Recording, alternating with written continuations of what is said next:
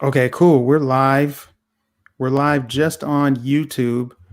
What's going on, guys? I got a special guest. His name is Taj Ben. He's a liberal from Orlando, and I have not met you formally, I don't think, but I've seen you Yeah. at flag waves for Trump supporters or whatever getting together in Orlando, and you reached out to me to have a debate, which really I think of it as more of a discussion.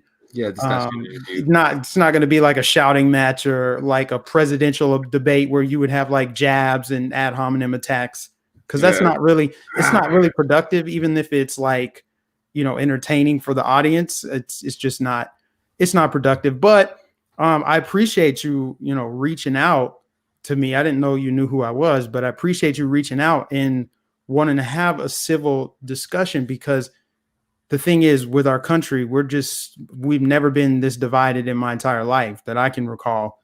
So I Yeah. think it's very important for people who don't align to at least try to find some common ground. Would you agree or disagree? Like, we need to find some common ground in the country and things like that. Yeah, I Yeah. agree totally. I Yeah. totally agree. Okay. Yeah. Just What want would Go ahead. yeah, just want justice and for people to stop being so crazy with each other. Exactly. Well, you guys, can you guys put in the chat's not really working. What you can do is pull up the stream. If you go to my channel, if you pull it up on another screen, you'll be able to view the live chat if you want to do that. I might have to do that myself too, because the chat is not really moving fast on. I don't see the chat rolling on YouTube. I want to be able to read the comments. So if you guys could just put a 1 in the comment section if you can hear and see both of us clearly. It's kind of weird it's not doing that. Hasn't it says we're live, but I don't have a confirmation from the people that we're live. Oh, nice. You got watchers and everything. All right. Mute site that way. Okay, it looks like it's live. Okay, it's almost like 100 watching. Yeah, there's quite a few people watching now. It says we're live, but I don't see the comments rolling, which is kind of strange. Okay, yeah, there we go. Okay, and I got ones from people too. All right, so let's get started. So you reached out to me like a week ago, and we finally got this scheduled. And you live in Orlando, and I just want to know what would you say your goal is of this discussion? I'd say that my goal for the discussion is to like tell people more about like the liberal platform and like liberal like thoughts. Talk about hip hop and music as well. Just kind of like I'm very curious like how like Black conservatives feel about certain things like culture wise, and just to like kind of get my name out there and get your name out there as well. Everybody likes a good discussion between like two opposing views, right? Myself included. And just have some fun, man. Make some content. Okay, cool. Have you seen any of my videos? Or do you I saw just your ABL wave? Video. Yeah. Yeah. Which one? I thought, I guess the most recent one. I think there's one during the fall where you were on ABL's show, like Anthony Brian Logan show.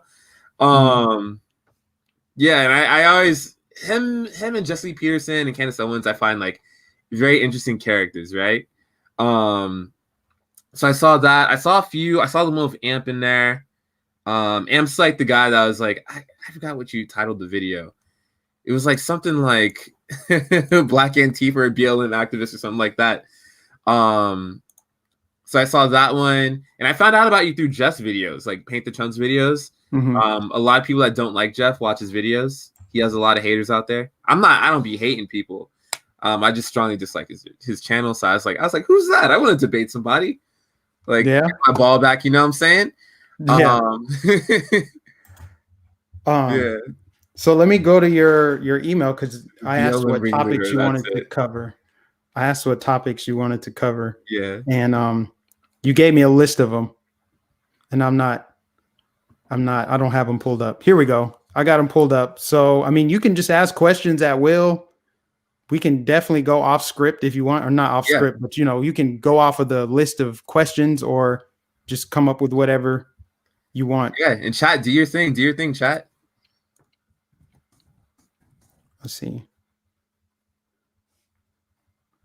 I asked what topic you wanted to discuss, and you mentioned something about hip hop and politics. Like, what specific question do you have?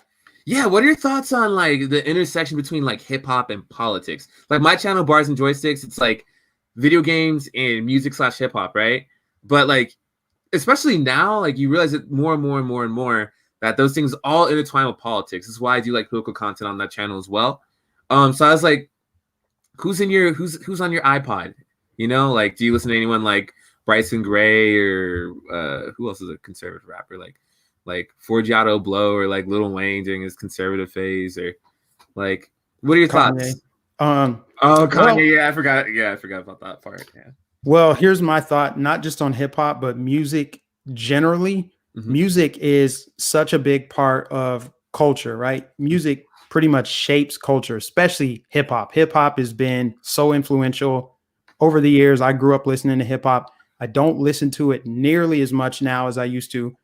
It's kind of a guilty pleasure of mine. You know, I listen to it for just to reminisce per se, but I don't listen to any of the new stuff, barely any of the new stuff, because it's just trash. I mean, the quality of it for the most part is not very good. And it just promotes, you know, as you get older and you start to like look at life and stuff, you start to see that music can do harm or it can do good. And a lot of hip hop music specifically does more harm. It's more degeneracy, especially when you think about like Cardi B and stuff like that. And they promote kind of a lifestyle that is not realistic. It is not of God. It is just, it's, you know, to each their own. Not saying that everybody needs to, you know, support or, you know, be a follower of Jesus Christ, but I just feel like it has such an influence on the youth, right? Because I listened to a lot of it in high school, and a lot of that stuff warped my brain at the time. Yeah. What were you bumping back then, back in high school? It was all over the place. Lil Wayne, I listened to 50 Cent, I listened to Eminem, I listened to Luda, just a lot of that stuff, you know, Tupac, Biggie, not even on some like, you know, Kamala Harris. Oh, yeah, Tupac. No, I listen to pretty much everything. And nowadays I listen to all genres of music. I don't even care anymore. But as far as the political aspect to music, I feel like across the board, musicians over the years, I feel like since Obama, they've been more involved in politics. And 99% of them have no business stepping in this arena because they don't know what they're talking about. It almost feels as though they're pushing agendas, and they're being used as puppets by the political elite. Really, it's the Democrats, really, because Democrats and liberals tend to more align with that. Like, you never really just hear a rapper until recently with Trump say, yeah, you should vote for this person. And I'm not saying they should. I'm just saying a lot of times they get in and they try to weigh in on political matters that they're so out of touch. They're so disconnected and divorced from reality that they think that people who follow them should just believe it. Just, hey, vote, get out there and vote. Like, I know that in 2018, that was a big time in the midterms. You had everybody coming out. You had Jay-Z and Beyonce campaigning for Beto O'Rourke. Obviously, they campaigned for Hillary Clinton. It's like, why? You're not telling people why they should vote for Hillary or Beto. You're just saying, hey, look, I'm your favorite rapper, Beyonce. We're famous. We're rich. Vote for this person. And I think that kind of stuff it's insulting, it's condescending, and it's just wrong. So I don't really like the mix of music and politics. You know, I can agree that like a lot of the media, I guess, that gets pushed towards like younger Black people, like when it comes to like politics in general, whether it be liberal or conservative, is kind of condescending, right? It's coming from people that don't really understand what they're talking about a lot of the time. Like I'll listen to like certain rappers that are anti-Trump even, and they'll be like, they'll just say something that like kind of makes sense, but at the same time, I'm like, I don't know if they elaborate, you know? I don't know if they could elaborate. But like when I listen to like conservative rappers, like when I listen to like 50 Cent or like Lil Wayne be pro-Trump or Kanye be pro-Trump, Like that's also like pretty bad too. Like I don't think they could elaborate and engage with reality in a way that I feel like is like substantive in any sort of way. Like I remember when 50 Cent was. Do you remember when 50 Cent was pro Trump? Like back during the fall, like he was like he said that like he just didn't like Biden's tax plan, which didn't affect the majority of his listeners. But he endorsed Trump because he just didn't like Biden's tax plan, and I don't know if that made any sort of significant change at all. I don't think so, but like maybe with the right artist saying that, it could have. And well, I think if we're being honest here, every rapper was pro-Trump at one point in time. They didn't flip the script until 2016 when he ran. Yeah, that's when all of a sudden politics, yeah. Trump is racist. He's a racist. He hate. I'm like, every rapper you can name has a picture you can pull up on Google where they're smiling, cheesing ear to ear with Trump. So yeah, like, rap used to love Trump. That alone makes all of their arguments just kind of moot. I wouldn't say that. I've heard that argument before, where like people used to love Trump. That was before a lot of people knew like Trump's like background and a lot of Trump's stances. Like Trump during like the 90s and like early 2000s, he made himself a pretty likable guy. Like just like the Home Alone appearances, WWE appearances, rappers shouting him out all the time. The Biggest Loser. He was like a cultural. I mean, still is a cultural icon, but he's just a cultural icon in like a totally different way than he was like 15, 20 years ago. But yeah, like I had positive like opinions on Trump before he got into the birther thing. Like, gosh, how long ago was the birther thing? You remember that? Back when like Donald Trump started, like the birther movement was like. I remember when Hillary started it with Obama. People you know what? Hillary might have started it. Yeah, that's the thing. I feel like Trump and the Tea Party took it to a whole different level, like a totally different level. But Hillary was flawed for doing that to begin with. But yeah, like before the birther thing, when Trump was like, "Oh, Obama wasn't born; he was born in Kenya," type stuff. Like, yeah, a lot of people like really like Donald Trump because they just didn't know his political stances. Like when rich people are quiet about the political stances, they're pretty easy to like. But that's the thing, though. Trump was not quiet about his political stances. Have you ever seen some of his interviews when he went on Oprah? He went on Oprah. I think he went on Donahue. I mean, I was a kid during this time, so I'd have to pull up the videos to see who all he's been on. He's all done interviews with. But people have known this man has been an open book his entire life. I did not know that. He's always been in the public square. He's always been talking. He's always given his opinions. He's always been vocal. And it's just like, it wasn't until, and I definitely don't want to make this whole thing about Trump because the problems we have in our country go so far beyond Trump. A lot of them pre-existed Trump. And they're going to be here after Trump. We all knew that we were going to reach some point where he wasn't in office, whether it's now or 2024. I just don't want to make it all about Trump, but just to touch up on that, like with the rappers and all that stuff, I like where hip hop could go, especially when you think about people like Bryson Gray and Anomaly, people like Forgiato Blow, other rappers that have a different type of approach. It's not just about pills, killing people and girls and sipping syrup and drug dealing and all that. It's about something else, about something that, you know, isn't like for me, for example, if I were a rapper, I would feel guilty if all of my music was propaganda or if all my music was to influence people to ruin their lives. I mean, it just came out recently that Cardi B won't let her daughter listen to the song WAP. Yeah, and it's like, because she knows better. So she puts that out knowing that little kids listen to it. She says, I make entertainment for adults. It's like, no, there's teenagers listening to your music. There's girls that watch that video and want to be just like you. The whole culture around twerking, showing your butt, and just being I don't even want to say it, but you get what I'm saying? That whole culture, that whole like culture is shaped by people with that kind of influence. And then because she has so much appeal, so much influence over impressionable minds, to give interviews to one political candidate and only hear one side and only promote one side without promoting the other is just a disservice to your followers. It's just basically you're leading them down a path that they have no idea what it is. I mean, they should do the due diligence themselves. But at the same time, I would think that if I were a rapper, I would have the responsibility to say, hey, I just gave an interview to Joe Biden, which Cardi B did. Let me give an interview to Trump, or let me give an interview to a libertarian. I understand Trump is a little controversial, so she probably didn't want to do it. But still, you need to offer your audience variety, or you're doing them a big disservice. I feel like I don't know about that. Like, I feel like, say like you have like a cheeseburger and you have like something that like with like poison, right? Like a bottle of poison, or a can of soda or a bottle of poison, right? And like if someone's like, oh, take the Coke, forget the bottle of poison, and if someone's like, you need to offer your audience like both of these things, the poison and the Coke. They need to have a choice of both. Like I feel like that would actually be the irresponsible thing. You know what I'm saying?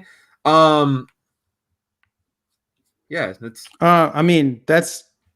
I don't. That's. You gotta have like a little bit of like artistic integrity, you know. And I feel like it doesn't violate Cardi B's integrity to not allow her daughter to listen to the content that she makes for adults.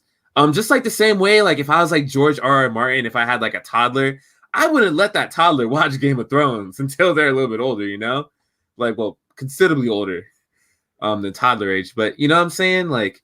Yeah, Game of Thrones is a fictional show, though. Cardi B, what she's talking about is like real life stuff. She's literally bragged about drugging somebody, date raping somebody. I mean, that's a real world thing. That's not like Game of Thrones with the dragons and stuff. I thought the drugging was like so she could rob him. So it's like more like. Well, I mean, same thing. I mean, yeah, drugging. It wasn't good. It's bad for people in the culture, and this is kind of why where our country is where it is, because politics is downstream from culture, and we have a culture that's terrible in this country. Terrible. The stuff that's promoted on TV, the stuff that's promoted in movies, music, it's all controlled by people who want to do ill will, people that want to see a total destruction of our country. And that's why I think we're in the exact situation we're in right now. I can understand that. I can understand that opinion. I can understand that thought process and stuff. Man, like, dang, I don't really have much of a rebuttal for that one, man. Well, I mean, we can just move on. Yeah, Go to the next thing. That's, you know. We can skip the video. I had questions about video games as well. Like, do you think that they're like, do you have any thoughts on like the burgeoning intersection between video games and politics? Well, I haven't played video games I haven't even owned a console. I'm embarrassed to say this. I haven't owned a console since like 2004. I want to say I had I want to say, no joke, I had like the Xbox 360 or something. That was the last console that I've had. And as far as the way it intersects with politics, it's similar to music, but it bleeds over. Here's the thing. I want that stuff separated. Again, going back to the problems, a lot of the problems we have in this country is people can't escape politics. It's so invasive. You can't even turn on a video game. Like over the summer, when you turned on Madden, I saw the screenshots. That's how I know this. People were playing Madden or NBA 2K. They were like, I just wanted to play this video game, and I got this political message about Black Lives Matter. And it's like people are turned off by it because people want to escape. People need to escape. They need to decompress from all the real world problems that they have. So a lot of people like to go to football games, like to go to concerts, like to, you know, engage in stuff that's not so heavy and serious. And something as harmless as video games gets polluted. I don't think video games necessarily has an influence on politics. I think it's politics trying to get a message out, mainly a leftist message. So like I said, again, it's a one-sided message that's being almost forcefully pushed on people. I guess like the BLM message being pushed on video games. Like, why are we including that in video games? And it doesn't even just have to be video games. Like, why is McDonald's changing their biopic on Twitter to a black square to stand in solidarity with black people? Like, McDonald's kills more black people every year than any cop. And that's real. That's real facts right there. McDonald's, Gushers. I mean, you want to talk about companies that are straight hypocrites, right? Sugar and fat and sodium. The leading cause of death in the country is heart disease. And again, it's the political message. It's propaganda. It's forcing it on people. Yeah, It's that's what politics we call. bleeding into culture. Yeah, I feel like that's what you call like woke capitalism. Yeah. When like a company just kind of wants like the virtue signaling points of it. I don't think there's anything necessarily like terrible about it because I know like Sony themselves like released like a free Black Lives Matter. You know how you have like the PlayStation backgrounds and turn on the PlayStation consoles. But I don't think there's anything like super bad about that. Just to quickly like touch on the point of like McDonald's and Gushers and stuff. Like I feel like there's like a difference between like a company that like provides the value of like food, even if it's not healthy food at all, like McDonald's or Gushers, versus like a system that like has no intention other than to like harm people of a certain like ethnic background, you know. And also like I feel like as that's a straw man. Never mind, not gonna say that. But yeah, like also to address the point of video game communities like being strictly left wing, I feel like that's not entirely true. I just started talking to people on Discord, and bro, there are so many neo-Nazis on that thing, man. Like, like the memes of like being on Xbox and then people calling you the N-word when they find out your ethnicity, like that's a real thing. Like, sure, the makers of video games like kind of want that corporate message, that safe message of being like progressive, quote unquote. But it still harbors and sometimes even stirs up a community of people that are like far right or right leaning. They're like legitimate people that are like racial separatists in some of these groups that I've seen on Discord. So yeah, there's a give and a take, you know. Like the corporation wants the safety of not being canceled on Twitter, which is fair. That's fair. And then people are on Discord or on Xbox Live and stuff like saying some crazy wild things. For me, it's not even that it's fair or unfair. It's just your objective should be to make money. So like if I was the CEO of, let's say, AutoZone, I'm not putting up Blue Lives Matter or Black Lives Matter. I'm like, you want to buy some tires, some wiper blades, you need a quart or a pint of oil, come on in. No political messages here. I can't remember which company it was. I think it was Starbucks, where people were like, we don't want to promote a political message, which is kind of hard to believe because Starbucks is super woke. But I think it was Starbucks. I'm not sure. Somebody can put it in the chat. I don't know. But one of these corporations was like, we don't want any parts of this. We just want to sell our product and make money. To me, that's a smart business move because you're not alienating 50% of your would-be customers by taking a stance in something political. And nowadays, and it wasn't like this when I was growing up, it was not like this at all. You could go somewhere and not be bombarded with these messages because a lot of times all it does is really just build resentment. It doesn't make people agree. It doesn't rally the troops. It doesn't get people involved. It just turns people off. They're like, well, where can I go where I don't have to be told that my skin color is the reason why I'm either a victim or I'm a Nazi, right? That's kind of where we are with these political messages. And it is entirely left leaning because any corporation that decides to take a stand and they wanted to take the opposite side, like if they wanted to say they were pro-Trump or they were pro-life, they would be canceled. They'd be done because of cancel culture, right? Conservatives would back it, but then liberals would cancel it and they would send media after them. They have a bigger monster to go after a corporation that decides to stray from the norm. I worry that might be a boogeyman though of like having like chopping blocks for organizations that are sending out like a right-leaning message. Like, didn't New Balance like come out for Trump and didn't like My Pillow and a few other, I'm trying to remember other like corporations that came out for Trump, like people like well-known corporations, not just like oil companies and war companies and things like that are pro-Trump. Home Depot. I think the CEO of Home Depot is pro-Trump, but that's very different. Goya, yeah. Goya, but that's very different than the CEO of Home Depot putting a political message on the door when you walk in, or the CEO of Goya saying, we're going to put MAGA on our can of beans. That's very different. But like I said, with these other corporations, the one that sides with Just the left, they put it in your face. You just for can't the go in and get food without some kind of message. okay, yeah, just for the chat, just the people that came in, you have like 200 people. Like crap, man. Nice. Yeah, just for the people that just came in the chat. What's a political message that like that gets put in your face by different corporations? Like, was it just Black Lives Matter, or what was the message that was A like lot of really it is. like, oppressive to people? Are you asking the chat?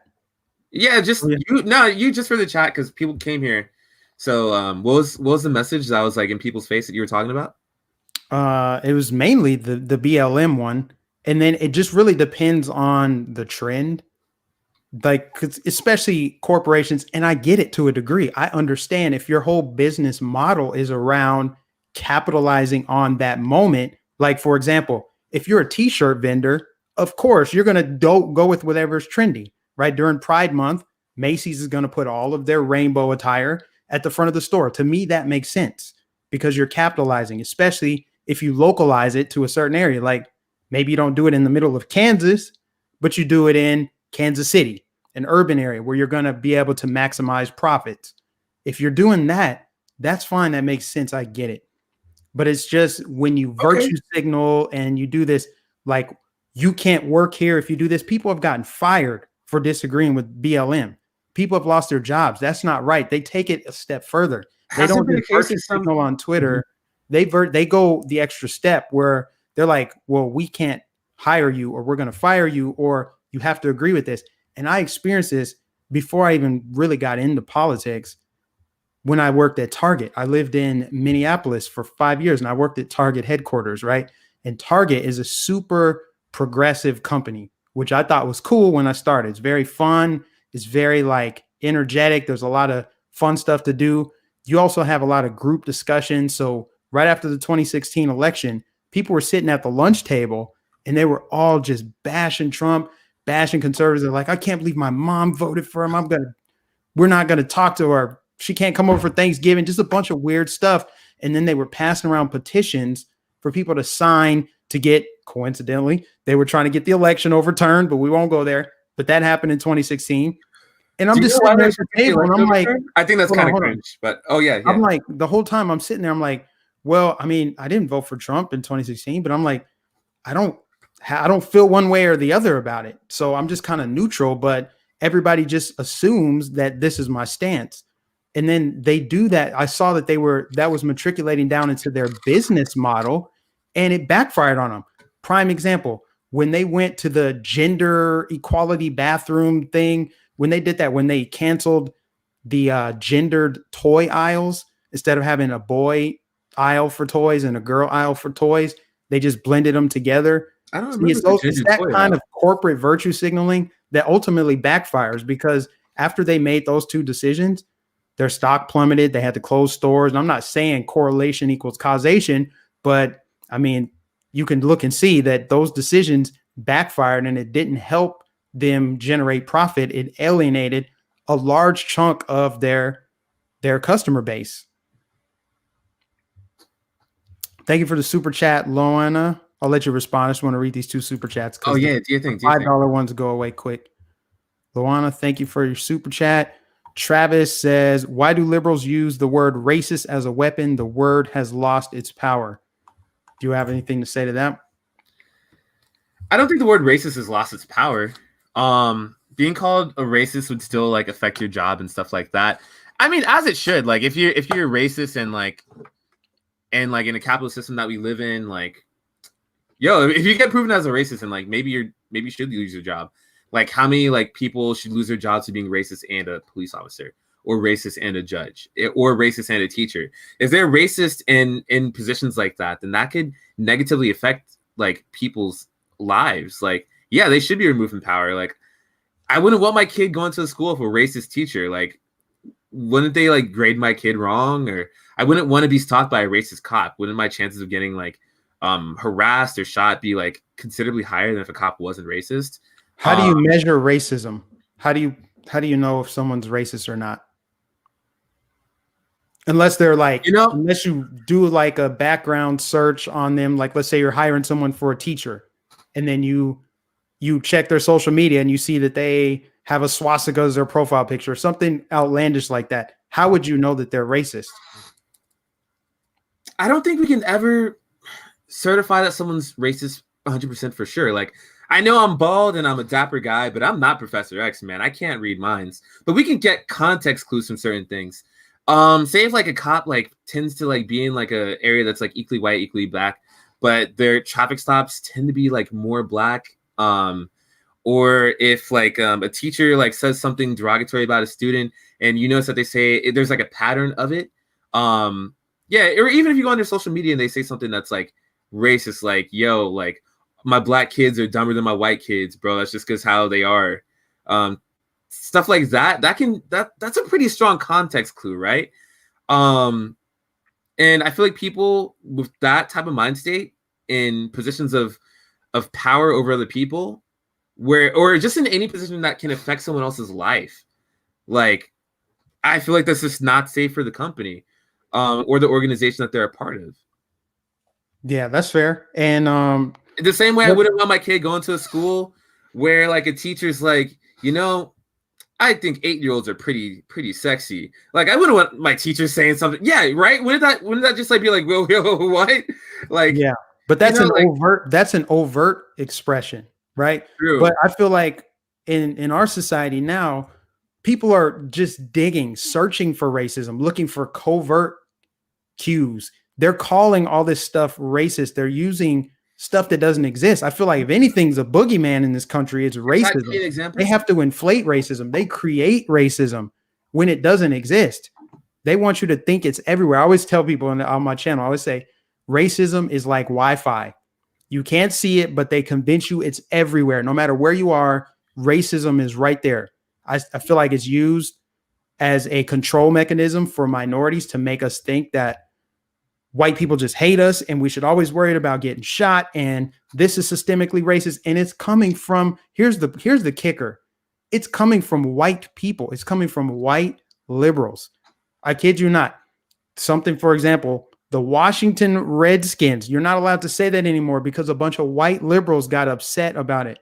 When I lived in Minneapolis and they were opening up that new stadium, that big brand new Viking stadium, the big controversy about it was the Redskins were coming to play. The Redskins were the first team that came in there.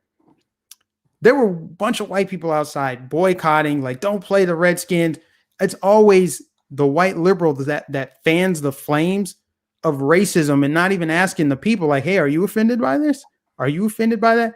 And when you're talking about like this covert stuff, like, for example, somebody tweeting something stupid about, oh, my black kids are not as smart as my white kids, that's really obvious. Anybody should be able to point that out. But people are being called racist that are not racist at all. They're being called racist with no evidence. They're just being called racist because of the color of their skin. And there are institutions where people in power are covertly racist, but they don't fit the narrative. Right. There was a black woman, and I think she's a professor at some school. I don't know. This is a viral video. We should maybe even try to find it. This woman was talking about white people, this and that, and y'all basically need to bow down and accept that I'm a black queen. She was saying that, college institutions are doing segregated prom, or not college, high schools are doing segregated prom, segregated dorms, segregated safe spaces. And then you got Harvard discriminating against Asian people. This is literally Jim Crow. This is literally segregation that's being brought back, and it's being pushed by the left. So I just feel like when people bring up racism, they don't want to talk about what's inconvenient, which is if we're gonna root out racism, it needs to start right there with the people who are screaming racist. It's the people who are screaming racist, the people that are shrieking all the time about racist and racism, that they're the ones promoting all the stuff that's actually discriminating against people. Right. You're a very good orator, man. Because like you make a point and you skirt to a different point, and then you go to a different point, and it's like hard for me to catch up. So I'm writing things down. My bad. I just sometimes I just get on a roll, and I want to say it before it leaves my mind. But I got a pen and paper here, so I can take notes. Yeah, I just wanted to get back on starting off on the Redskin point, and I just recently like heard this perspective, and it made a lot of sense to me, man. I hope I can share it with you in the chat, and hopefully that makes a lot of sense to you guys as well. When we make figures, like cartoonish figures of like different ethnicities, like ones that we just don't really encounter that often in life, like just like back in the 1920s, like 100 years ago, right, when they had like blackface, right, that kind of created like a caricature of black people. When we have like Redskins, that's kind of like a caricature of Native Americans that like kind of like builds like a subconscious type of like prejudice in our minds, like just to make it a little bit more relevant to us. Say like if a white person their only like knowledge of black people comes from like blackface cartoons and blackface movies, and then that white person grows up to be like a judge or someone in a jury, even someone in a jury, or someone that's like a voter voting for someone in an office, and like their only knowledge of black people is that they are cartoon. Have you know how cartoonish blackface was, right? Yeah, and I would hope that nobody alive today is about to be hired as a judge that watches blackface cartoons or whatever, and No, that's yeah, I all that know. they know, or the Sambo stuff, and Yeah, I what I'm trying to do yeah, is like I'm trying to like point that as an example because like we're trying to modernize this with talking about the things like the Washington Redskins, right? Um, when we have like caricatures of like entire ethnicities and persons, right? Whether that be black people, Native American people, Asian people, Middle Eastern people, then that creates like a harmful like understanding of a different group of Americans even. Um, and that harms them. That ultimately harms them. Say like if someone's like only knowledge of like black people was like they're like I just love a watermelon, hey, like type things like that sound like I know it's like cartoonish and really stupid. Then like maybe that can negatively affect the black person that was like on trial. If that person that only knew black people through like blackface movies was like there to witness it, you know. I feel like when we have things like the Washington Redskins and what's the other team, like the Blackhawks, right? there's a Or bunch of them. I mean, you it's a could say lot. the I went to high Seminoles, the school Cleveland where it was like Indians. the Braves. So yeah, and like that just paints like even if it's I know it's not intentional. I know it's like an old mascot idea, right? But it still like paints a negative like caricature of people of a different ethnicity that we don't really interact with that much in our daily lives. And it could ultimately like harm them through like not even intentionally, just like systematically, you know, systemically. I hope that point makes a lot of sense. I know I said a bunch. No, Um, I get what you're saying, and I can. This is one of the things where I don't just take like, well, here's how a conservative would respond. I'm going to respond based on what I think, right? mhm. I can actually see how people would be offended by that. But mostly, if it's a Native American, I would not speak on their behalf.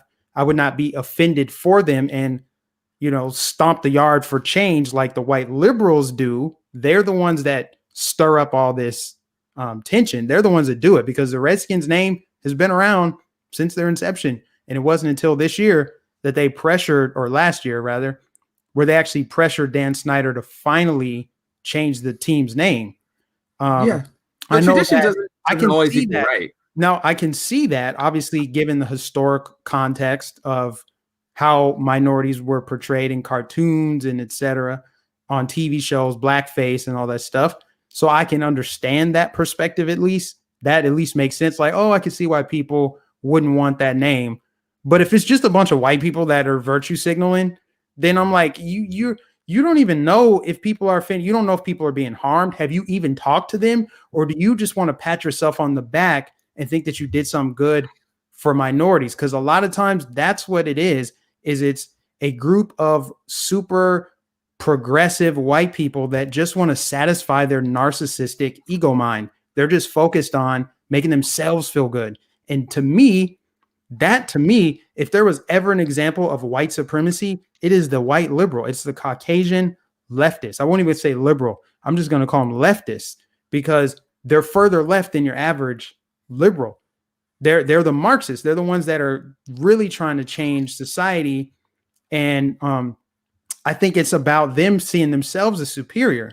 I've had this happen to me time and time again, where I would go out and I'd be wearing a MAGA hat, and I would encounter a person, and I won't know if they're liberal or conservative until they walk up to me, and they'll be like, how can you as a black man support a president that's so racist? And on that note alone, they're singling me out based on my skin color. It's not an ideological difference. It's like, there's a black person. Let me go sell them their own oppression. Let me shame them for not thinking the way that I have a bias that they should think. And when they say, like, black people are minorities, communities of color, that is an insulting term. You'll never hear me use person of color, people of color, because those terms are separatists. It reduces people. It boils down a group of people to their skin color alone. It doesn't say like that's very interesting. Do you say things like man, woman, or like adult child, or how do you differentiate? You mean like when I'm talking to people? Yeah, like when we say person of color, it just means like a person of color, It means colored people.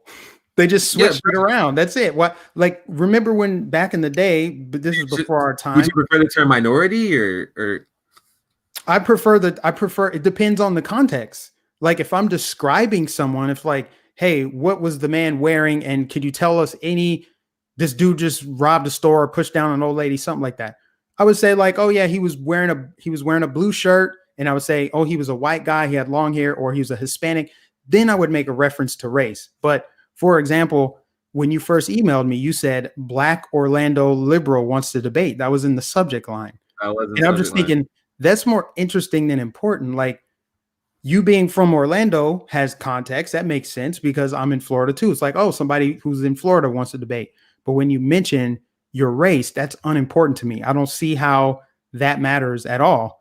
And I feel like what you have on the left that is the only thing that matters. You are black before you're anything else. You're a black person. You're not an American. You're not a child of God. You're nothing but a black person. And nobody crams this garbage down the throats of the average person than the Caucasian leftists, the white leftists. And I don't even like to even call them out for their race, but they're the ones that are doing it. They're the ones that they clearly think that minorities can't do anything. I can use the term minority in this context because it summarizes a group of people that they think are inferior to them. Like, they can't do it on their own.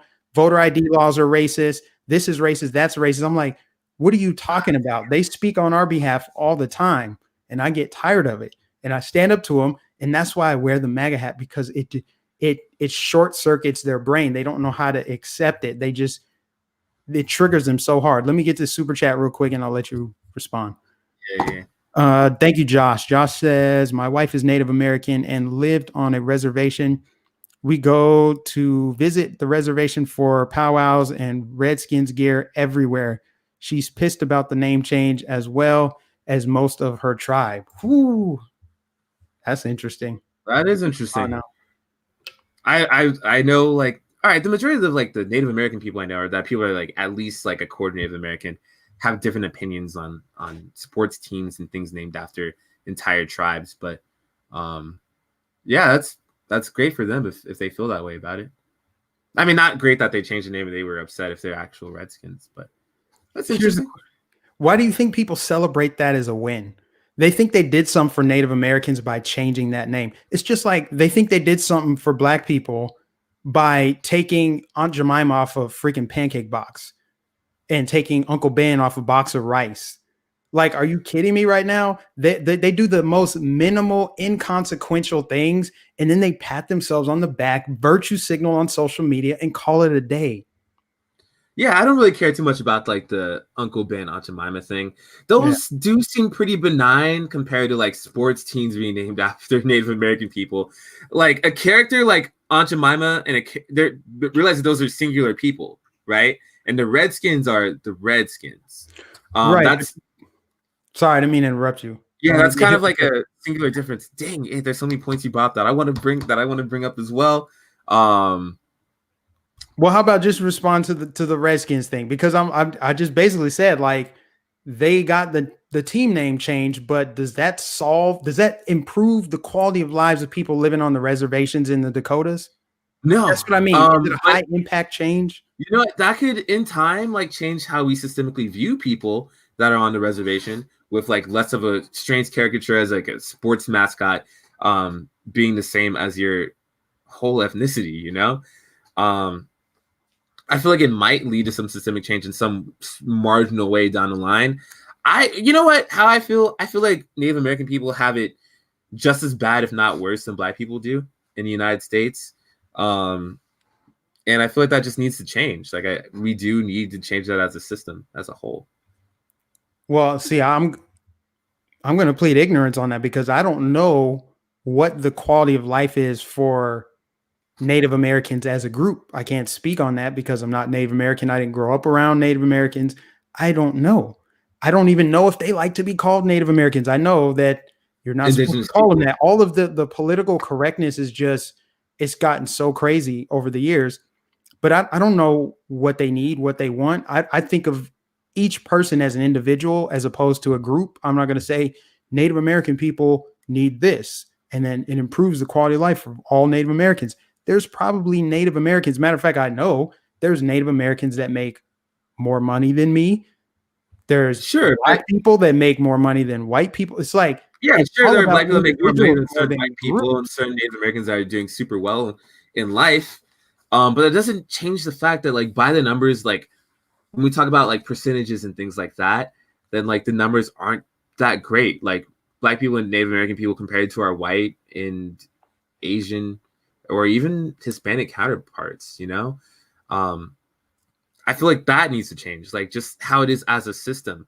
Why do like so many Black people percentage wise have these issues compared to their white counterparts?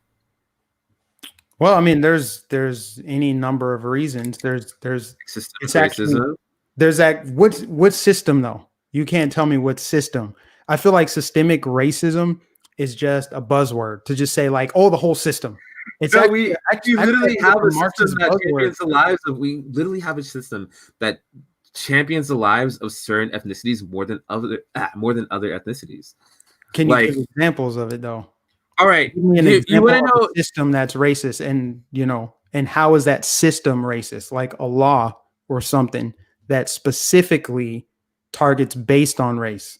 I don't like it when people ask about the singular law. There's not a singular law to my knowledge that's still in the books. It's just asking for specifics. No, what I'm saying is that I feel like that's like I feel like that's misleading or just like not a full honest understanding of it.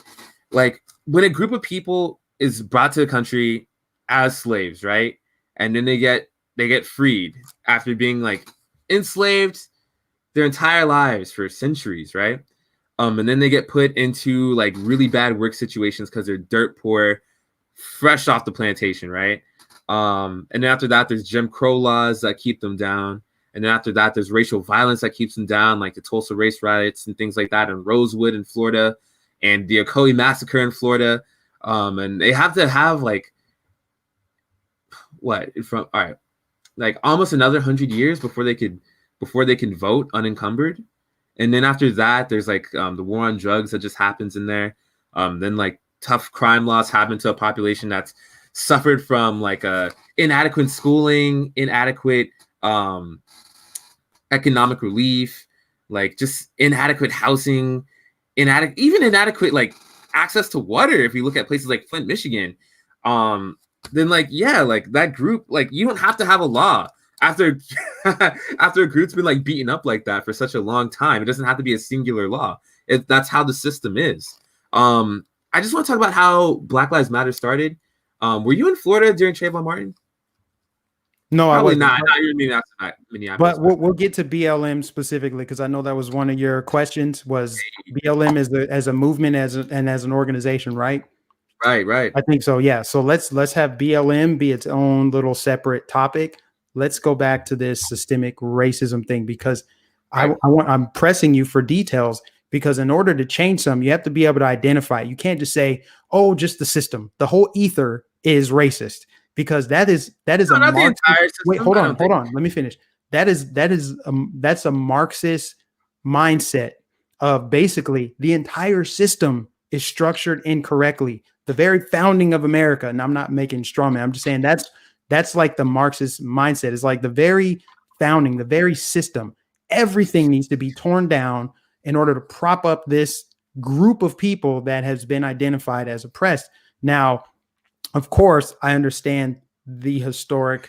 Sorry, I saw someone on your chat say something really funny. I get that, and I hope people are being respectful. No, they seem, Okay. they seem nice enough. Like I'm seeing like run of the mill arguments and things like that. Yeah, I'm just saying, like, for entire groups of people, there's not going to be group success. There's going to be individual success. You can have a family succeed, but it boils down to the individual. And I believe that wholeheartedly, because you have Black people who have done a whole lot more with a whole lot less than people right now, right? By today's standards, we're doing so much better than we were, or, by the standards of back in the day, we're doing so much better now. Yeah, that's credit to people like, there's no system. And if you can't identify a law, how can you change it other than saying, oh, the whole system is racist? You can't just say like, no, this is racist, because within the police force, you have police officers. So yes, you can weed out bad officers. You can adjust the training. You can screen candidates better. You can do a whole lot of things. But in order to change, in order to have a better world, you have to change at a personal level.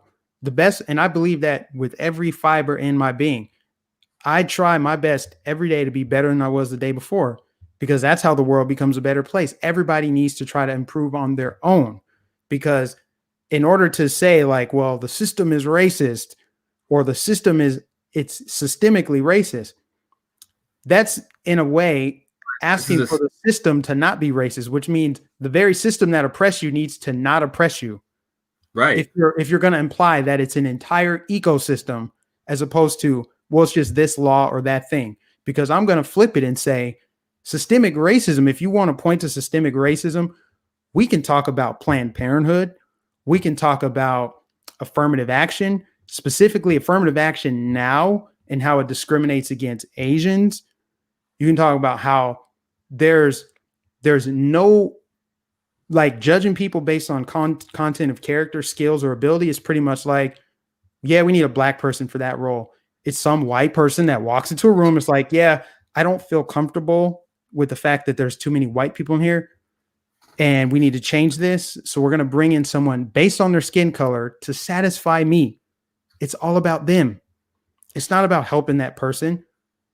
And then, of course, we can obviously talk about culture. We can bring it back to hip hop. We can talk about the nuclear family being destroyed by Planned Parenthood, by the actual systemic racism back in the day, Lyndon Baines Johnson Great Society Act. We can talk about that. It goes I don't think you can just be like, a lot of things I need to address like one by one, if you don't mind. I'm sorry, man. I'm just we're both like excited by these topics, man. I totally understand. And I appreciate you being civil. I know that the audience really enjoys that, because there's just not enough of this. And at the end of the day, we will probably agree to disagree. But I fundamentally disagree with, there's systemic racism, and that's why you have a bunch of people that are struggling, because you have so many people that are not, and people are making it out and changing their life, and it's happening every day. Yeah. How would you define racism, if you mind me asking?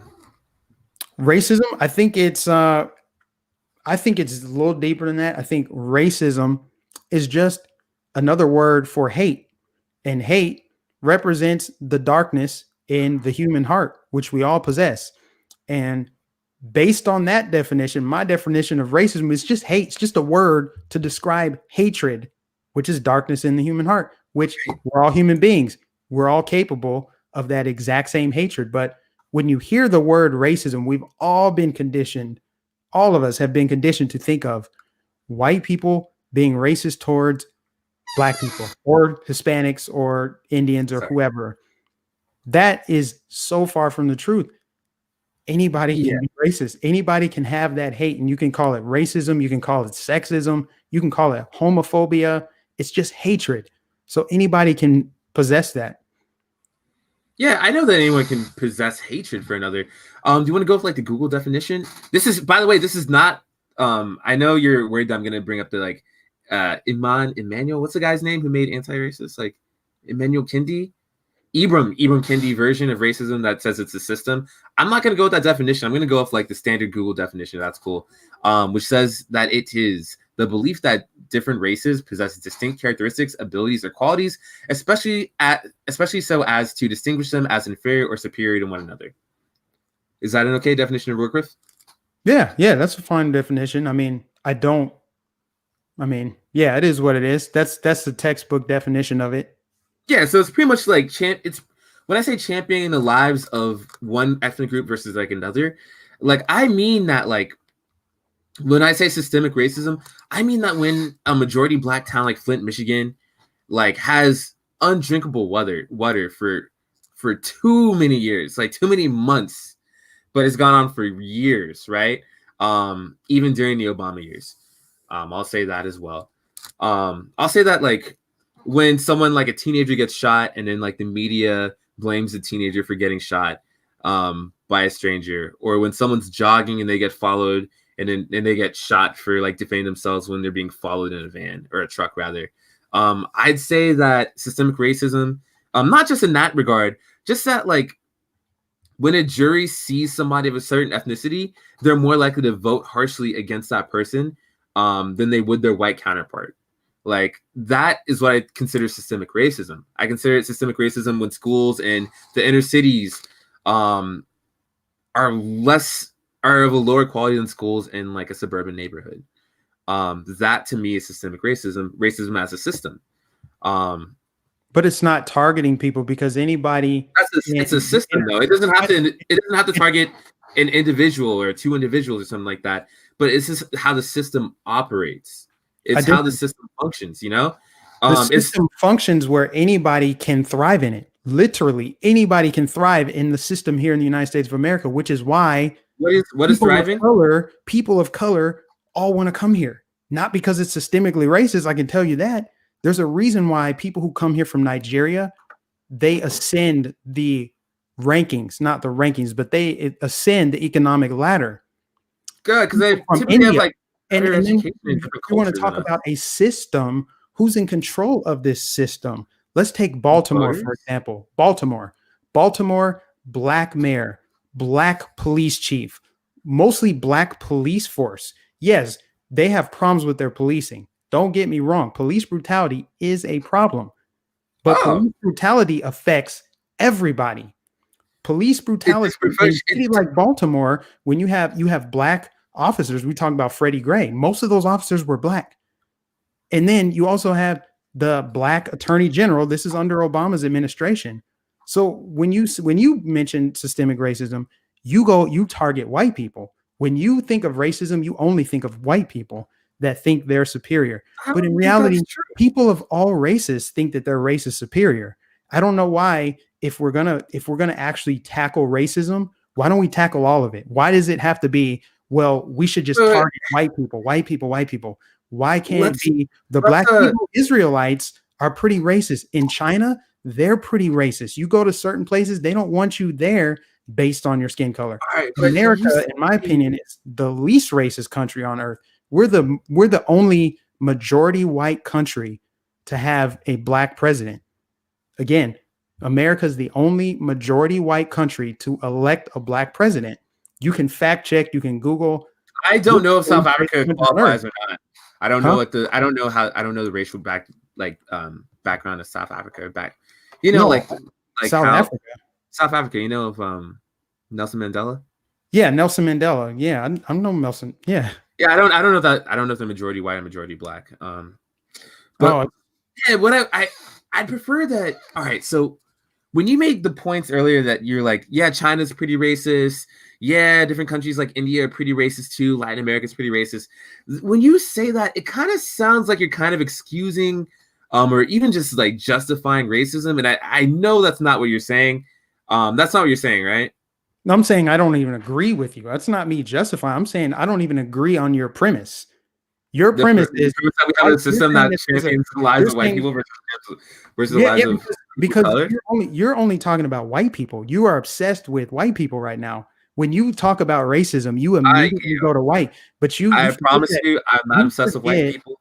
you're Um, forgetting that Keisha Lance Bottoms, the mayor of Atlanta, yeah, she sucks. decided to prosecute that officer that did, was it Rayshard Brooks? I think the one in Atlanta this past summer. So many Rayshard names. Brooks. I think his name was Rayshard Brooks, though. Yeah. So systemic racism, if we're gonna talk about systemic racism, anybody with a position of power can choose to oppress somebody based on the color of their skin. And America is a system where anybody can be in that position. So therefore, that debunks the whole systemic racism because people from all different colors, different I backgrounds, different walks of life, and we may just have to agree to disagree because I am no not no on that. I'm not yeah. on that. Yo, I'm see sorry. if that were true, then why did the Trayvon Martin thing happen when Obama was president? Like you're saying that like someone's in power, then racism just ceases But, for George that Zimmerman right. wasn't in a position of power. He just had a gun. He wasn't a cop. Okay, I thought you meant like you brought up Keisha Lance Bottoms, someone that's like in the executive seat of her Because city. that's So a like, black mayor. If it's yeah, yeah. systemically racist, how did she become a black mayor? Why didn't they stop her and oppress her? Why are any black people successful? If systemic No, racism and it's all black white people can people still be according to you. successful in a society with It, systemic racism. so how did It's just gonna be with more distinct pitfalls. Just the same way as me as a man, if like I was competing with someone that was like just like me, same qualities as me, except they're a woman. They're female presenting, they're a woman, same background, same like ideas and intelligence and stuff like that, same resume pretty much. Like I would have the advantage just simply because I'm a man. Like when like there's like male privilege, there's like privilege between like races, there's privilege between different heights, even there's beauty like privilege, there's majority privilege, there's class privilege. yeah, exactly. So like how about we fix like things like white privilege, the privilege of being of a lighter skin tone. Like that can be that can be fixed. Like I know you're denying it, but I'm saying like the same way that I can say I'm privileged because I'm a man, or I'm privileged because my legs work and I'm not in a wheelchair. Like I could say if I was white, I could say, hey, I'm privileged because I'm white, you know? And I'm not, that's not me attacking other people. Like I don't feel attacked as a man when I acknowledge male privilege. I don't feel attacked as a cis straight person when I acknowledge straight privilege. I don't like I don't feel like I'm being attacked as someone that's bipedal and can walk and run with both legs, thank God. As like I don't think that's some sort of like ableist privilege that like is attacking solely me. I'm just saying, hey, how about we just put like some ramps here? How about we make things more accessible for people of all sexualities, of all races, of all sexes, without so much gridlock when they try to advance in their lives. See, you talk about all this privilege. You say that there's different types of privilege, and yet you revert back to white privilege. Again, you are only saying you're choosing to only Yeah, because we're talking about white privilege. Hold So on. like You're we can talk choosing about male privilege if you want. hold on, don't interrupt. Don't Okay, interrupt. my apologies. I know you're passionate. I know you're respectful. I get it. So I'm not trying to like harp on you. I'm just saying like, and I'm going to do my best not to interrupt you. Thank you. But let me say this. You continue to go back to it's white people, white people, white people, white people. I want to know how you explain the homeless population in a city like, let's say, Seattle, which is like 95% white. They have a huge, massive homeless population. I wonder how many of those white people feel privileged. I wonder how many white people in southeastern Ohio and West Virginia and Kentucky and the coal mining parts of the country. I want to know how they feel privileged. And I would love to ask them because a lot of them, they'll be like, man, I see us as equals, Mike. People that follow me ever since I came out as a conservative, right? A lot of white people look at me, they're like, we're equals, man. Hey, brother, how you doing? That's it. They treat me like an equal. But when I lived in Minneapolis, I would go somewhere and they'd be like, hey, brother. I know it sounds kind of petty and subtle, but it's literally them treating me, thinking they have to address me a different way based on my skin. Oh, that's pretty cringe. And then, That's pretty cringe. I don't like it when that happens. There's black privilege. I don't even want to go down that rabbit hole because I don't even think of it as your race means you are privileged. You could, if anything, it's majority privilege. Beauty is a privilege. Yes, if you're a beautiful woman, guess what? You're going to get all kind of opportunities. Doors are just going to open up for you because our culture is shaped in a way that Or treat you desires better. beauty. And I think it's Mhm. actually a natural thing. It's natural. It's a natural progression. I mean, we define Natural. beauty as a It's the society. same thing. Yeah, but it's the same thing in the animal kingdom too. There's a reason why ducks and different birds have certain feathers. I've seen all this stuff, not to get super nerdy, but there's certain birds that will dance and they compete to try to try to mate, find a mating partner. Humans are no different. Now, as far as the way society is organized, because we have the intellect to shape society, whereas animals are more just instinctual, we have shaped society in a way that values money, status, class, appearance, all of those things. If you go to a certain country, depending on the country you're in, if it's a racially homogenous country, yeah, you're going to deal with if you're a minority, you're going to be a minority regardless of your race. Like, for example, if a white person goes to Japan, it's majority Japanese. If he doesn't speak the language, if he's not equipped to the customs, if he doesn't know how they operate over there, he's going to be at a disadvantage for a job, for everything else. The same can be said for any country you go to. That's a majority privilege. There's so many different privileges, but all we talk about is white privilege, white privilege. I'm like, there's no such thing as white privilege. It's a scapegoat. I think it's a cop out to make excuses for people who haven't found the success that they want to find. You can get anything you want in this country and there's nobody stopping you. And if you want to talk about systemic racism, I want to know how white people, since they're controlling this system, they're just oppressing black. How are they letting so many minorities take their jobs? How are they passing laws that actually benefit minorities? They put themselves at a disadvantage. If you're going to say, for the sake of your argument, that basically it's systemically racist, everything's systemically racist, and it's only white people doing it. They're the ones that are making life hard for everyone who's not white. It's not just white people How did they doing let it. so many minorities slip through the cracks? Why does America let so many minorities in? Why does America why did they let Keisha Lance Bottoms become mayor? Why is Clarence Thomas on the Supreme Court? How in the hell did America twice, with a majority white population, vote in a black president? If America's systemically racist, they'd be like, we don't want him in there. He ain't our kind.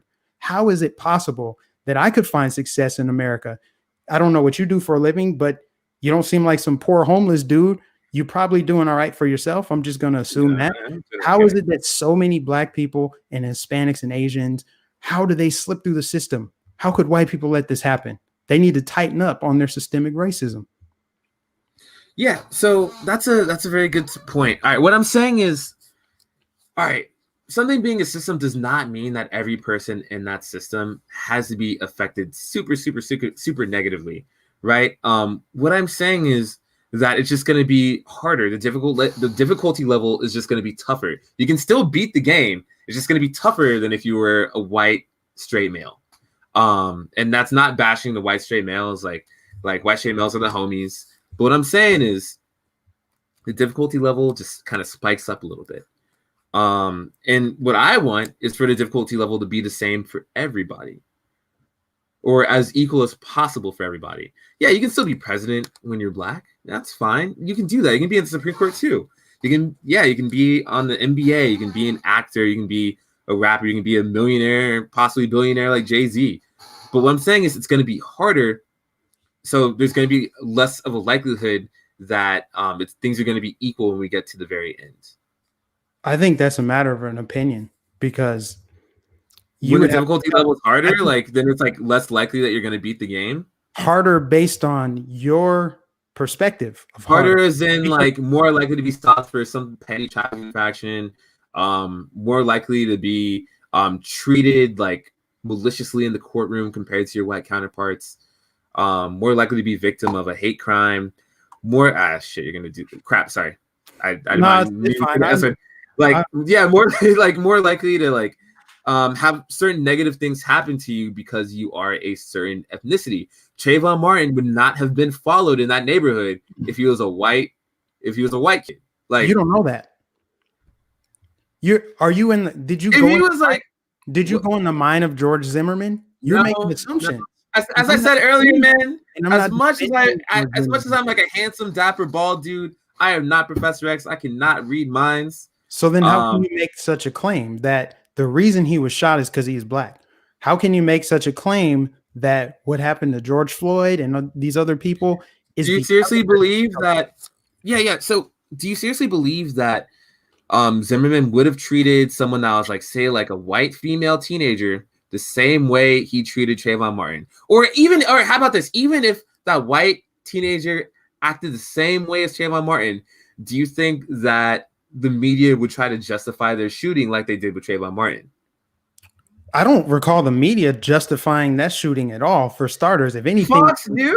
if What? Fox News, Didn't like Geraldo Rivera said something about him wearing a hoodie? oh my gosh, If he wasn't wearing a hoodie, he wouldn't have died or something crazy like that. Like, Fox. Hey, yeah, I'm not sure if you knew this or not. Fox News is one outlet. One. When we're right. talking media, we're talking all of the apparatus. We're talking Time Magazine. We're talking New York Times. We're talking CNN, of course, MSNBC, ABC, CBS, PBS, all of the media apparatus, every single chance they get to put unarmed black men in a headline, they foam at the mouth. Every single chance. They love to fan the flames. They love to paint black people as victims of crimes all the time. Why do you think they jumped on that Jussie Smollett hoax? Why do you think they jumped on Covington Catholic? Because they wanted to smear those white kids. They jumped on Jussie Smollett because they're like, wow, he's black and gay. We can really run the I kids. remember Jesse Smollett. I remember that. Like, if anything, the media will prop these stories up. They'll make sure everybody in America knows about it. So yeah, because the system that we live in, which is capitalism, like it, like news stories are more likely to get clicked on. Hitting that point, right? That the media is the one that you said Fox News. I'm like, really? Fox News? All right. I said Fox News because you said you said that you don't remember him being blamed like the way he did. No, Trayvon got blamed like crazy. I don't remember the story of Trey. Like, I mean, I remember what happened, but I wasn't watching like news coverage of it because this was what, 2013, 2014? Nah, it was before that. It was like 2011, 20. Oh, yeah. I was like, I'm a few months older than Trayvon Martin. He was like 16 or 17. So it must have been like 2010, 2011 when it happened. Like almost 10 years at this point. And what was I saying, man? I was saying that like have you ever heard the meme, he was no angel, quote unquote? Like that was used to describe Trayvon Martin. Like it was Fox News and different conservative outlets online that had like a picture of Trayvon Martin holding a gun. Found out it wasn't even Trayvon Martin. They did their best to justify his shooting. Just the same way that people like Candace Owens and people like Charlie Kirk and people like Ben Shapiro do their best to justify Breonna Taylor's death, or George Floyd's death, or Ahmaud Arbery's death.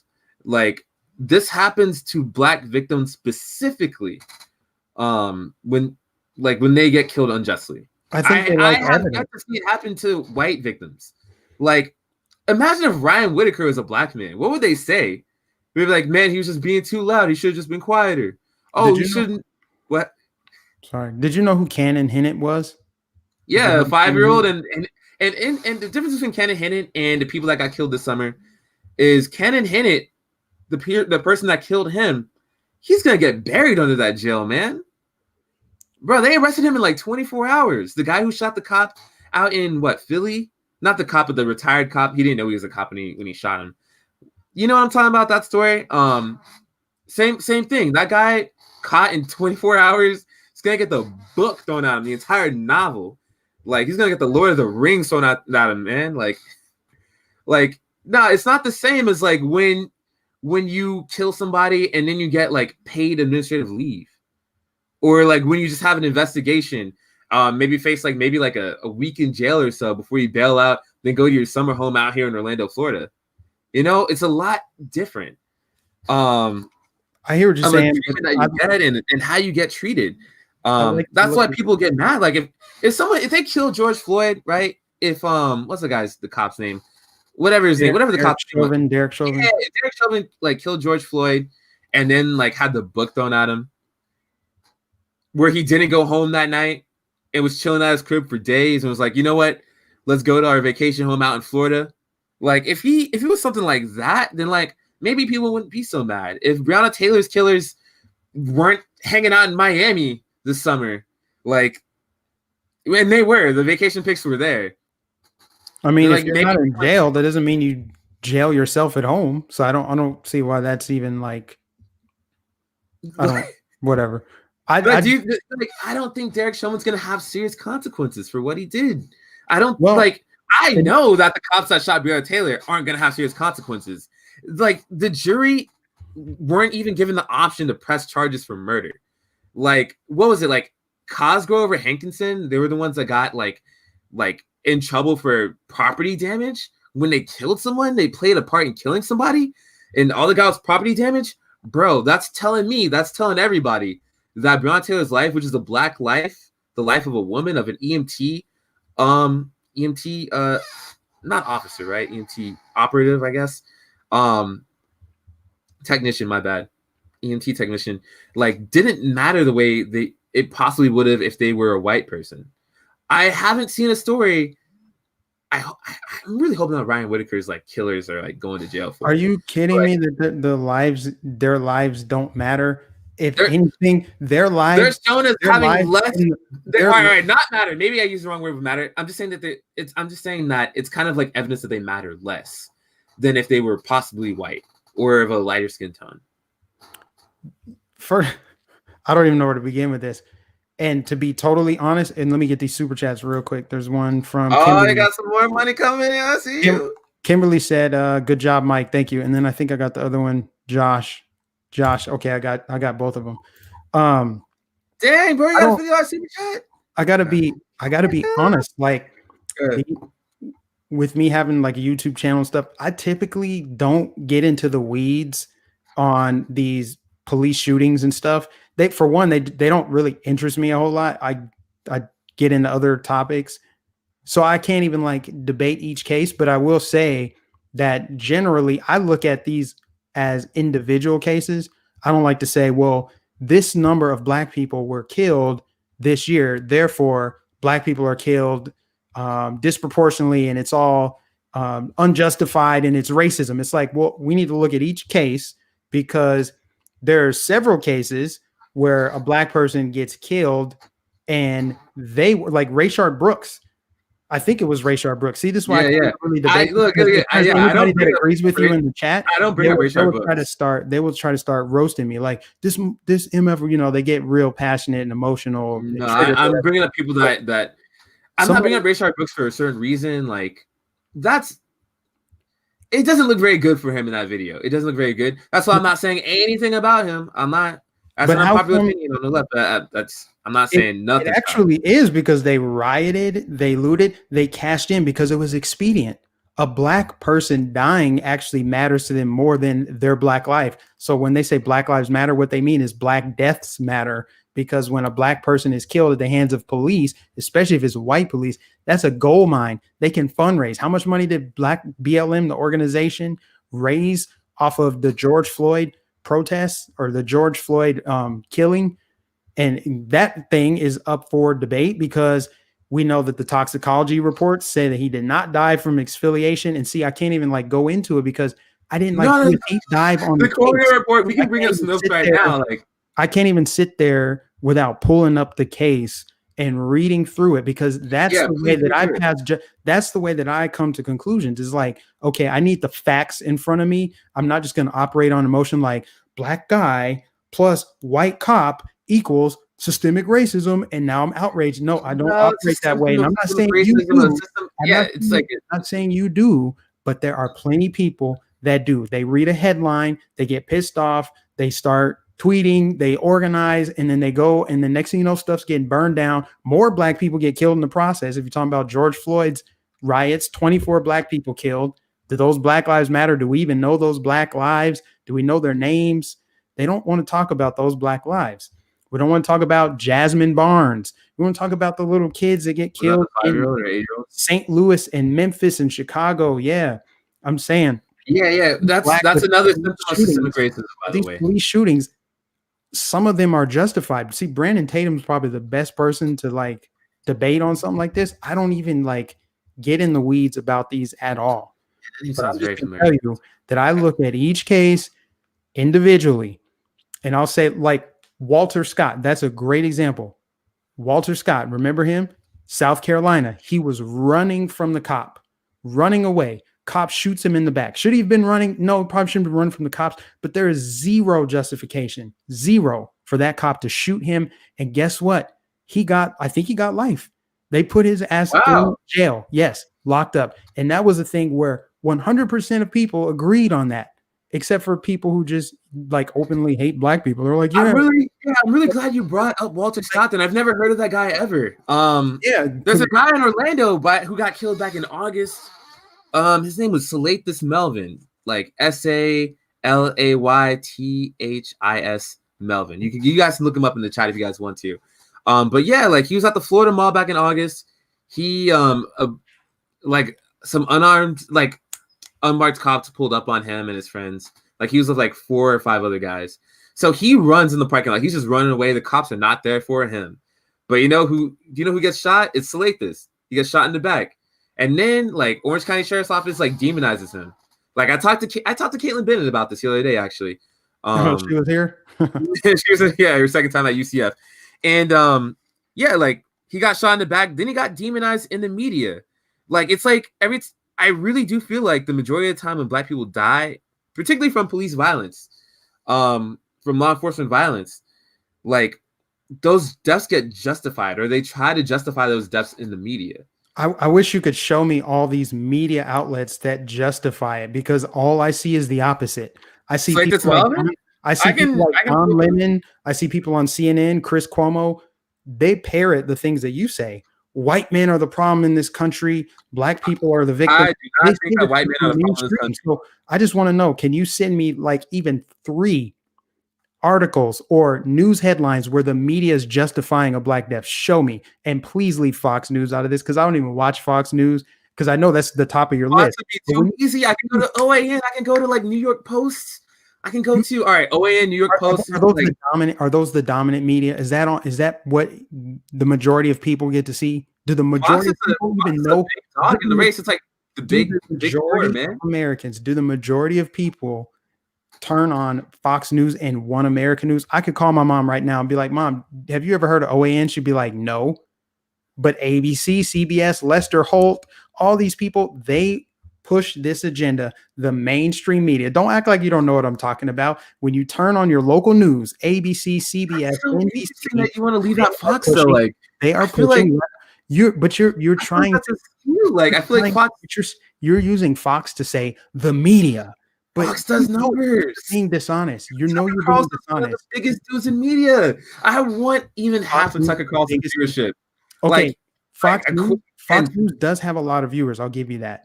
But they're the only ones. The rest of what's considered mainstream media is 100% left wing. You cannot. This is not deniable. I'm about to go in Gary V mode real quick, man. Name another conservative mainstream news outlet. Another one. Fox News, yes. Name another one. I can name you like 10. I can't say Ben Shapiro. I can't say Tim Pool, right? That's not mainstream enough. Not mainstream. Despite them getting millions of views, Candace Owens getting millions of views. They're not mainstream media. They're not mainstream media. Those are people who have opinions on the internet. Yeah, so talking about what we consider authoritative news. If you go to YouTube right now and pull up news, that's probably here. Yeah. Here's what we're gonna do. This is a YouTube algorithm. Let's just say that. Here we go. We're gonna do this right now. All right. Watch this. Okay, let me close out my email here. Here's my different just because of like SEO on it. We're gonna do this right now. Y'all NBC, can y'all see it? Bloomberg, CBS, NBC. Oh, this algorithm skewed in my favor. Oh, you're typing it in Google. Oh, no, I went to Google to pull up YouTube. Google to pull up YouTube. Okay, let's see what's trending. Let's see which news articles. Let's click news. Can y'all see this here? Okay, look. Right up top, Bloomberg, CBS, NBC. What are they all talking about right now? They're talking about how China won Trump's trade war. Okay. California Governor Gavin Newsom speaks out. NBC News. You got Bloomberg, you've got CNN, you got Wall Street Journal, you got MSNBC. This is what's considered mainstream. I don't know why you're trying to pretend like that's not a thing, but this is for real mainstream. Yeah, but what I'm saying is like this. What mainstream is these days, it just seems a lot different than like people like consume news like in like more and more different ways nowadays, right? Like the internet's been around for a long time. People go to YouTube for news these days, right? Like I don't turn on the TV. Like the TV that I have in my room is a computer monitor, homie. Like yeah, but when you come in, mm-hmm. But when you get on YouTube and you type in news, this is what you get. You get left-wing news. So just because it's a more modern era of accessing news, a more modern way, you're still getting a curated search result. You search Google right now on anything relating to police brutality, anything that we'd be discussing, you're going to get left-wing sources. Why is that? Because Google is left-wing. Facebook, left-wing, Twitter. They're literally taking Twitter suspended One America News on their took off their Twitter page. So I'm gonna be lying though. They suspended the New York Times for reporting the factual story on Hunter Biden. That is a left-wing bias. And if you're going to continue to deny the left-wing bias that exists, is very real and is propped up and curated by social media, which controls the information highway, then we just got to agree to disagree. And that's just a dishonest stance on your point. I simply disagree. I feel like places like CNN is more moderate than left leaning. Like, why? Like MSNBC, you guys heard it first. Yeah, like CNN, I feel like that's legitimately moderate. Like when I say OAN and Fox, those you would agree those are definitely conservative, right? Boy. But who's left of CNN? Like MSNBC is. All right, so that means CNN, if they're between MSNBC, if they're between Fox, that means they're the monkey in the middle, they're the moderate. Oh God, I don't even agree with you at all. They're not moderate. They're not moderate. Every night they're bashing conservatives. They get on there and they talk do a lot of bash half the country. They do a lot of things to get bashed for, like that. I'm not attacking anyone's viewership or anything, but like that riot at the Capitol, literally a week ago today. Like, yeah, man, like they do a lot of things to get bashed. Like who? CNN? No. I mean, like conservative leadership, like Donald Trump's like it was like Bush before Trump, right? And like that's when I started watching politics, was back during the Bush era. And Bush did a lot of things to get bashed for. He was worthy of bashing. He was a fun person to bash. Donald Trump, an even bigger target to bash because he does a lot of things that are worth a good bashing. I'm still waiting on Taj to give 2 examples of systemic racism because it still hasn't been answered yet. Thank you for the super chat. All right, I got to answer the guy that put some money in, man. He got some skin in the game. All right, so 2 examples of systemic racism. Being more likely to receive a harsher sentence than a white counterpart in the courtroom. Being more likely to get stopped for a minor traffic infraction by law enforcement. Can you give specific examples of those, like a case? Because it's still general to just say that. Like, let's look at a case where it was clearly a sentencing disparity. I can't do that, but I can do by the stats. So we can look up the stats, like in courtrooms. Like we can type in systemic racism. No, but you can lie with statistics. You can easily lie. You can use statistics to tell a story. I'm saying, like, if you look, you could easily be like, look, this how many white people saw this judge. This how many black people saw this judge. He sentenced all the black people, but only 2 of the white people. You could find something like that. You could take those. I know, but you could take that statistic and say, look, that judge is obviously racist, instead of looking at each case to see, like, the majority of the white people had minor offenses and this was their first offense, and the majority of the black people had a long list of criminal charges against them or convictions. So therefore it required more harsher sentencing. Yeah, how about we don't look at a story? I think you want to look at a story, but I say let's. I want to look at facts. I want to look at facts. I want to look at facts of individual cases, as opposed to saying, well, let's just look at the number of these people and these people, and we can tell a story based on that. That is a dishonest way to make an argument. Systemic racism in courts. Trying to think of something simple to read.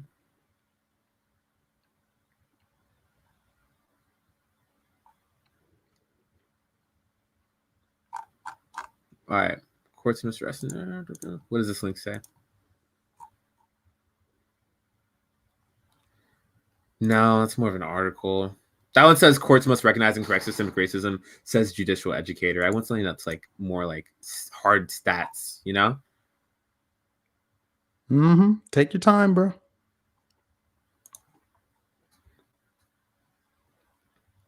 While you're doing that, I'm just going to talk to the audience a little bit, I guess.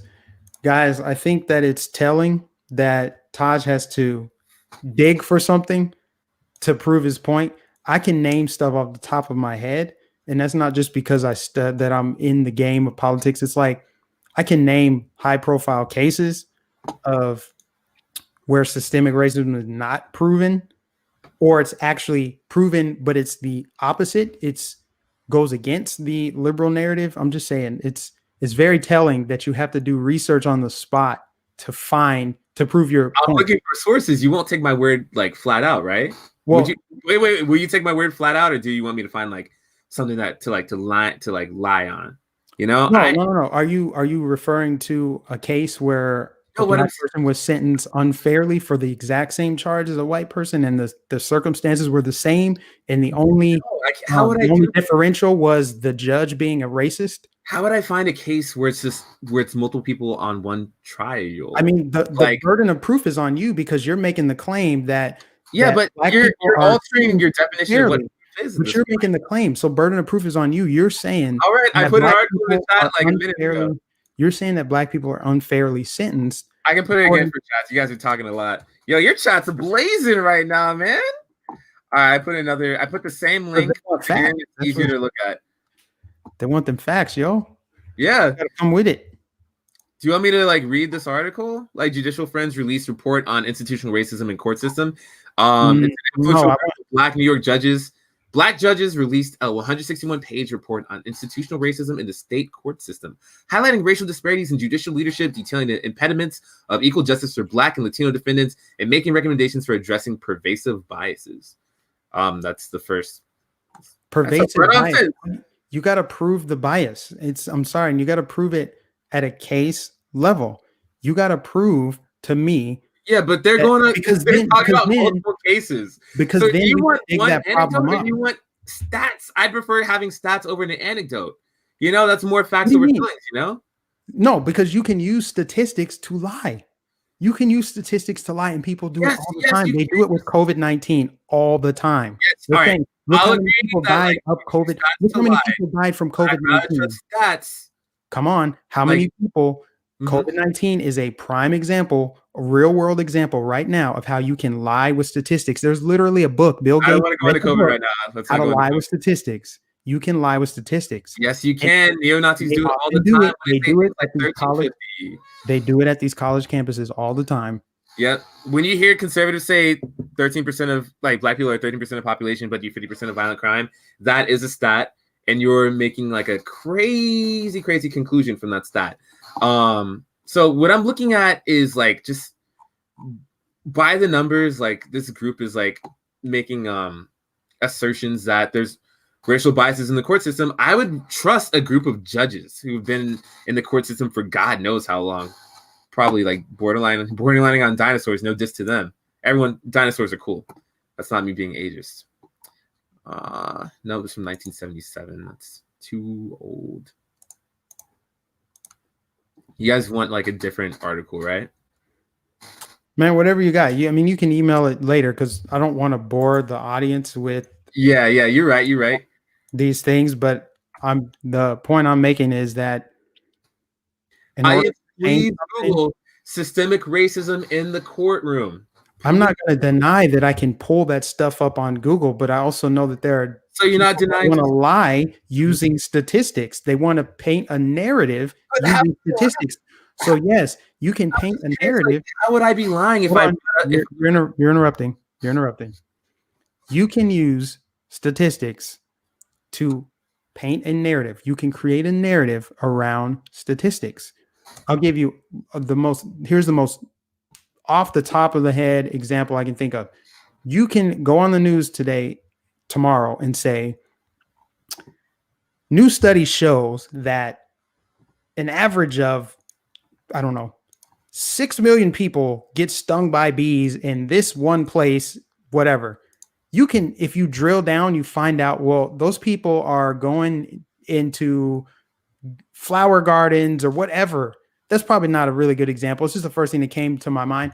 You can use the statistics to paint a narrative, but when you drill down and look at how they came up with the statistics, what's the criteria, and what statistics are being left out, most importantly, then you find out actually that's not true, which is why there's no real consistency. Like, it's always fighting with each other. They're going back and forth. These static, what's the word I'm looking for? I'm having like brain fog right now, but two people who are really good in the area of statistics, they can make a claim and back it up with their statistics each time.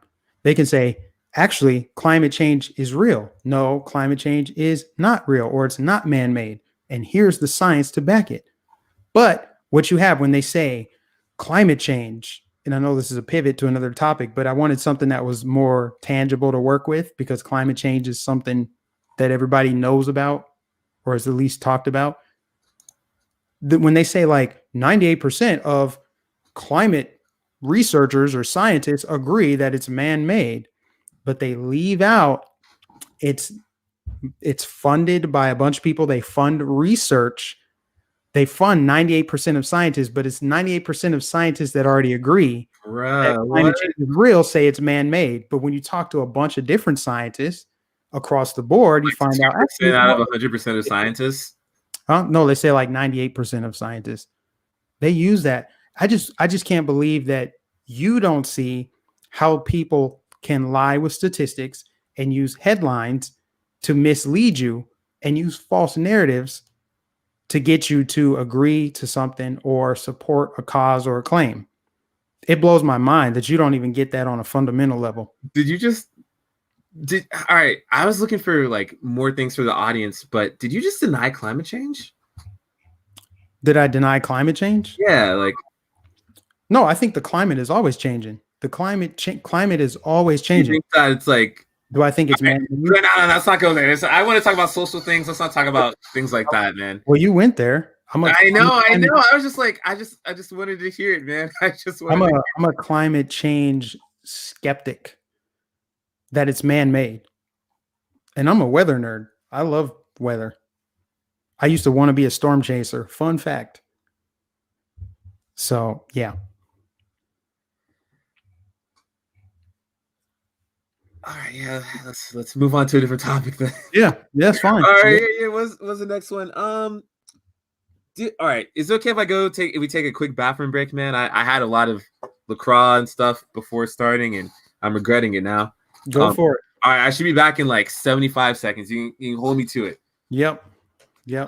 Oh. All right, guys. Appreciate everybody tuning in. Please give this a thumbs up. Please share it. Get it on other social media. I think Lady Liberty, I think you sent a super chat a while ago. I'm sorry if I missed it, but thank you. Appreciate you. I'm just saying, like, how does this dude not see? How does he not see that you can lie with statistics? You can literally, and they're doing it with COVID-19. The way they're counting death. They messed up on how they're counting deaths. I won't say they messed up. They're doing it in a very deceptive way. Just like they're counting cases in a deceptive way. Why would they include people who died from clear alternate causes in COVID deaths? And then they tell you in the headlines, they tell you like, look how many people died of COVID. Or they'll say they died with COVID, but not from COVID. Oh, dude fell off a ladder, broke his neck, but he tested positive for COVID a few days earlier. That's a COVID death. I mean, the health, what is the lady? I forget her job title, but she's like the health expert of Chicago. She's on camera saying that even if you died from a clear alternate death, she said that at a press conference, it's being counted as a COVID death. My question is, why? unless you want people to freak out and think they're going to die from a virus with a 99.99% survival rate. It just seems like, man, it seems like common sense. It just really does. Everybody has everybody. But I appreciate y'all being respectful in chat, because I've watched debates before on other channels and they just roast the other person. Not really a fan of that. Was that 75 seconds? I was not counting. I didn't even time it, but it was. What does the chat say? The chat is a little bit delayed. The chat is a little bit delayed, so they're still responding to climate change.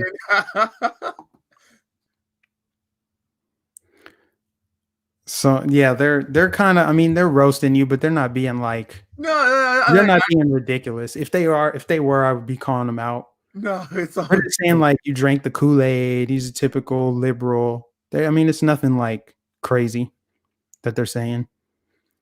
But let me ask you this. Let's pivot. So, yeah. what made you decide to go for the first time that you ever went across the street to talk to Trump supporters? What made you decide to go over there and try to have a conversation with them? Look, man, I think that our country is like filled up with a lot of people that think a lot of different things. I think being exposed to different viewpoints that are not complete straw man arguments is important. It's like why like I'm trying to make a conservative circuit this year. I'm trying to be on the JLP show, hopefully by the end of the year. That's a goal of mine. It's on my New Year's resolution list. And yeah, just to expose people to different arguments and stuff. Like most people will be like, all right, yeah, like this guy sucks, right? But I feel like some people will be out there will be like, wait, I had this opinion that like every BLM supporter was like some crazy like pink-haired like person that like didn't know 1 + 1, right? So I just want to go out there and show people that hey, like we're real people too. You can engage with us, and you can join the fold of liberalism or leftism if you want to. It's all good. It's not something that's like wrong. It's just that we want like a better country for everybody. No, that's noble. I can respect that. And that's actually where I think the country needs to go, even though some of my audience doesn't like that. There are a lot of inflammatory videos out there. I know some people don't like that. Because they're so angry. They're like, how can we ever share a country with the left? I was like, well, you share a country with the left. There's nothing you can do about that unless you want to go a whole different route. But yeah, I don't want anyone to go a whole different route. That's part of it too. That what we need is less extremism, because we were existing for a while, even if it's just for a brief period of time. We were existing as a nation where you had classical liberals that believed in the First Amendment, the Second Amendment, and a strong border, law and order, all of that stuff. And you had conservatives. They basically just disagreed on the tax code and just social safety net issues.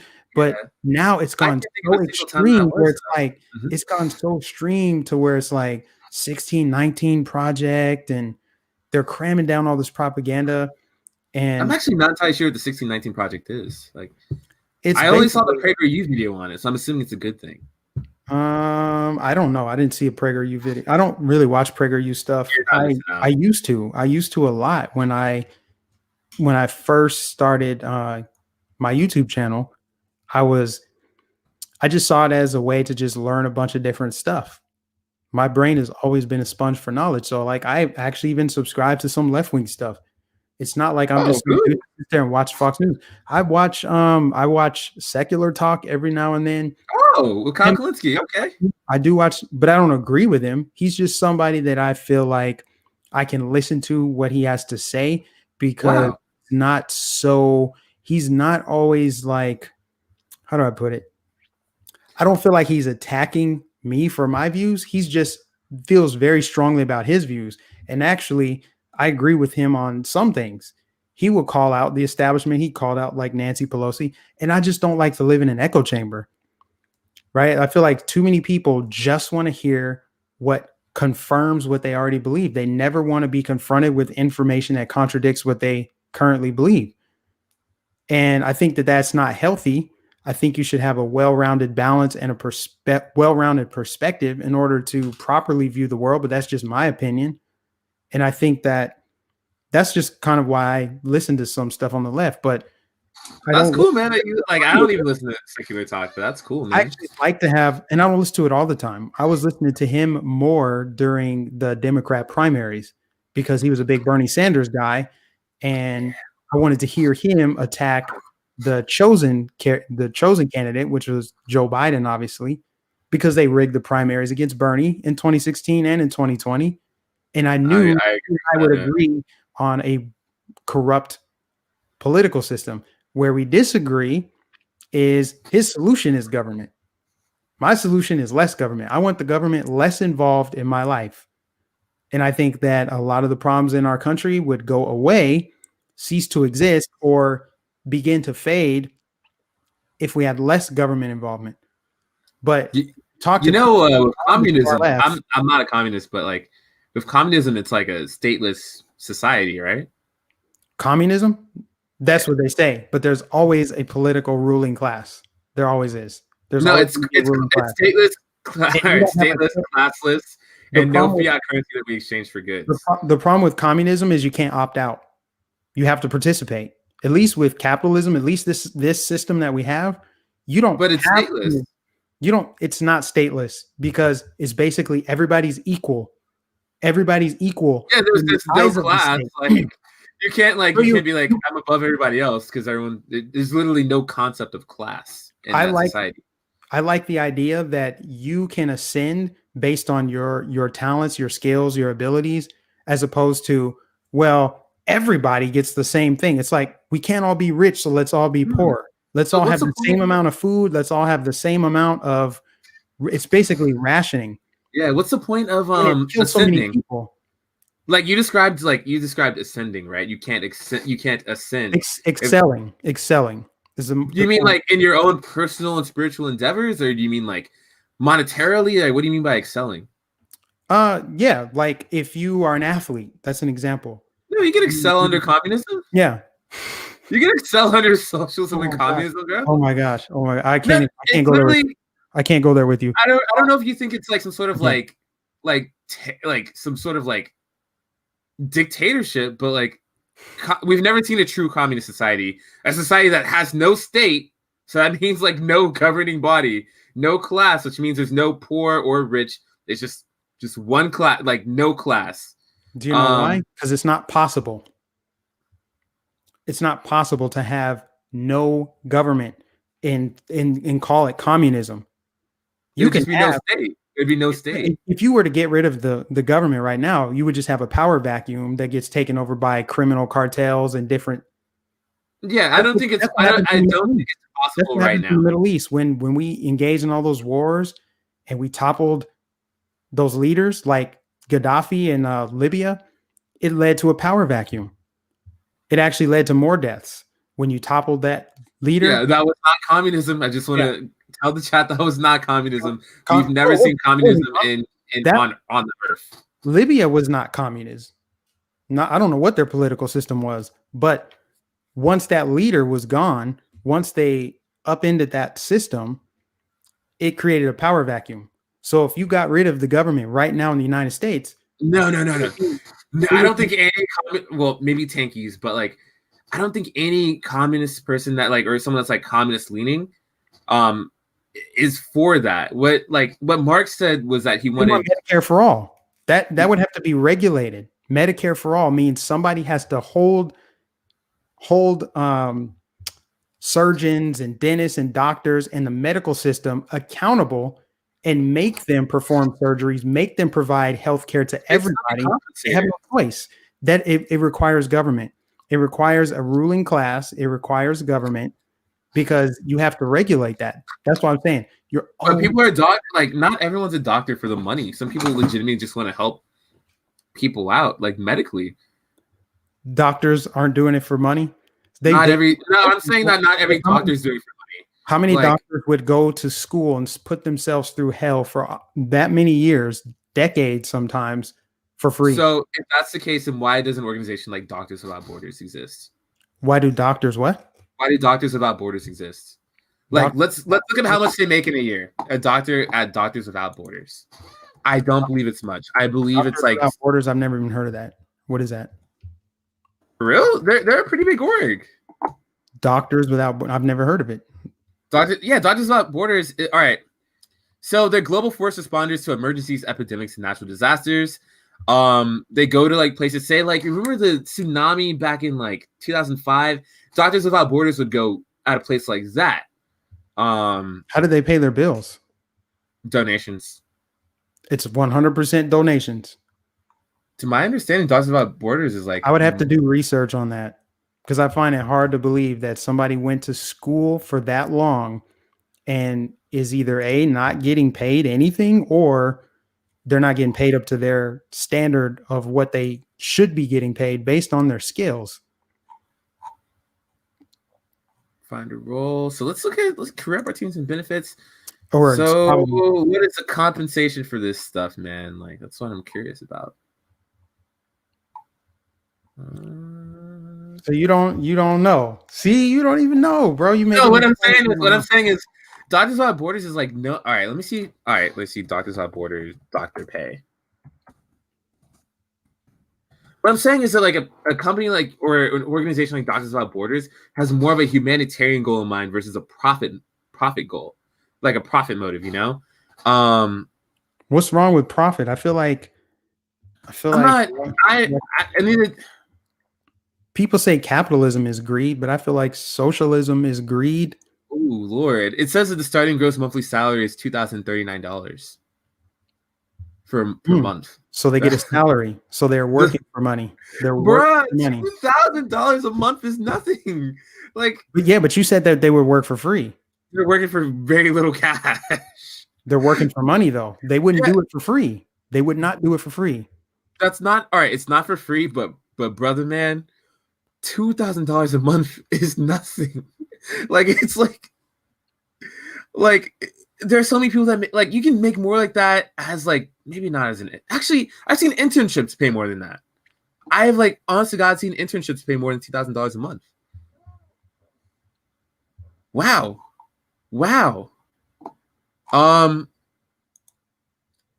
But you know what? If that's what they want to do, if they want to help people, then that's awesome. That's fantastic. Like, I'm not saying there's anything wrong with getting a profit at the end of the day. Like, I'm talking to part of the reason why I'm talking to other YouTubers of like different opinions is because like I kind of want to get a profit for my channel some point down the line. Like, same way for you. I don't think you're like waste your time just to talk to little old me. Like, hopefully there's like a profit motive for everybody. And you are providing the value of entertainment, or maybe I am for your group. But what they say? Hold on, I'm just looking up the definition of communism because anarchism is no government, but there's a thing called communo-anarchism. Anarchy is no government. Communism is totalitarian government. It's everything. They why didn't that pull up? Dang it. I hate Merriam-Webster dictionary. A system in which goods are owned in common and are available to all as needed. Who regulates that? Available to all is needed. What would stop people from hoarding in a communist society? If the definition of communism per Merriam-Webster is a system in which goods are owned in common and are available to all as needed. All right, so citizens of a communist society would be community focused, right? They'd be like, okay, I have this. How about I provide some mutual aid for someone else that doesn't have that? So there's no goods being exchanged, but there is like a common ownership, like a sense of common ownership between people. Yeah, but that sounds like a utopian concept. How do you get everybody to do that? Hey. If you're saying capitalism is all greed, right? Capitalism is greed. You're saying if we had a communist society, people wouldn't hoard things. That's why I say it would never work. It would never work. You would have an authoritarian or a totalitarian government, and they would control. There would be no means of production. First of all, there'd be no jobs. Production. You can still team up with the boys and go like oil drilling. Team up with the boys and go. Not saying that they you're right. They don't all have to be boys. They don't have to be boys. Communism requires force. Good ideas shouldn't require force.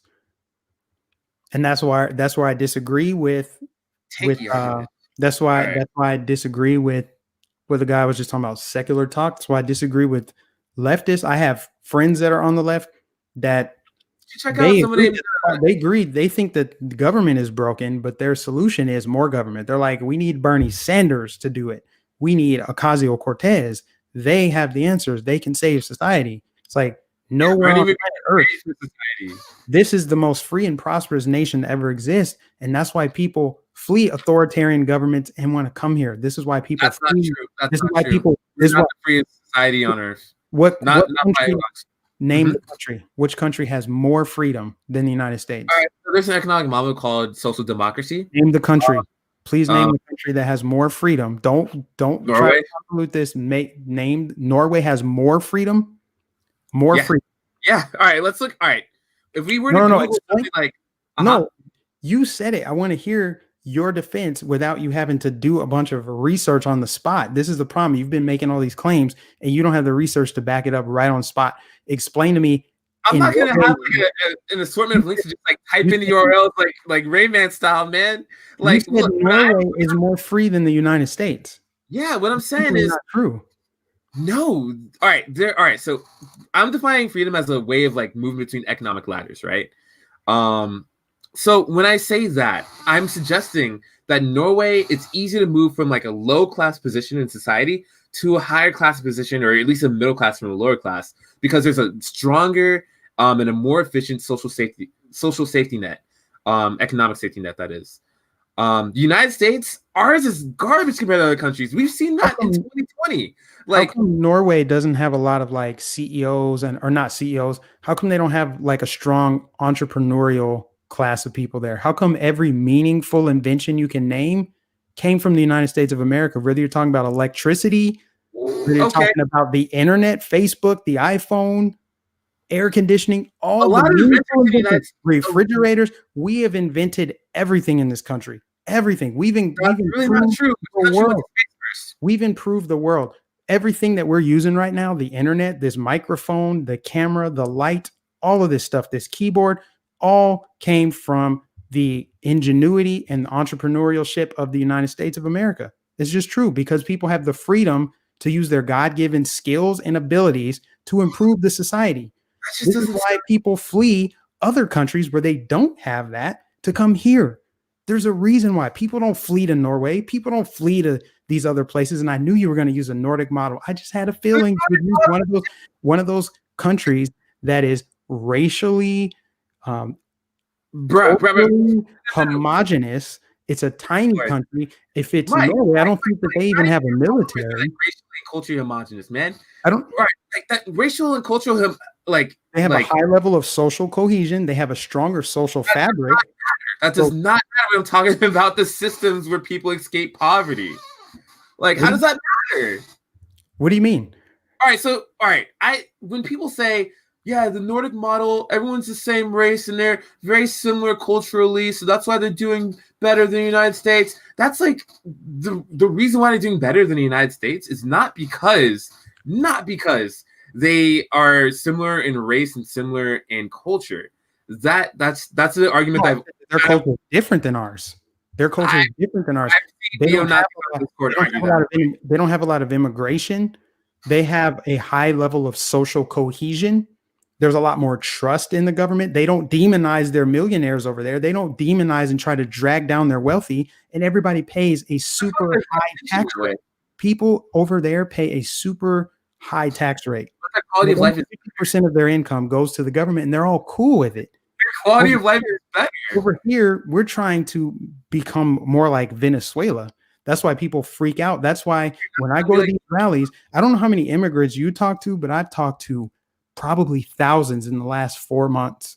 Right. No exaggeration. I've talked to probably And immigrants, and I they've don't think all any come. of those people that you talk to at the They, pro-Trump, they're far too down the hole. They're too they're- down that hole to like give you a good reasoning why their country went to Cooper. All you don't right. know that. See, you don't know that. You don't like to operate from a position of. Countries like Venezuela, countries like I'm trying to think about it. Yeah, Cuba and Venezuela is what people go to usually. Those countries have been like the victims of like imperialism, man. Bigger and more Oh my powerful God. countries bullied those countries. Well, agree to You disagree. deny that the United States has been interfering with different countries like for decades at this point. Like what Russia did to Cuba and what we did to Venezuela kind of led the imperialism in Latin America kind of led to like destabilization of Latin America. Like the Venezuela model that's not a good indication of what socialism is if you're going to go to that point. Cuba actually is a democracy.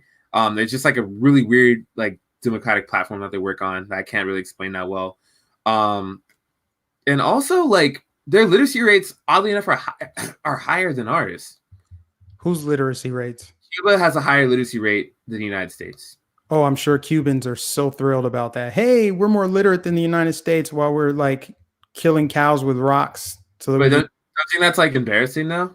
Shouldn't we have a higher literacy rate? We have way more resources. Why? what does the literacy rate matter if you can't feed your family I think that and kind your of medical system is broken? Like, hey, we got these. You sound you.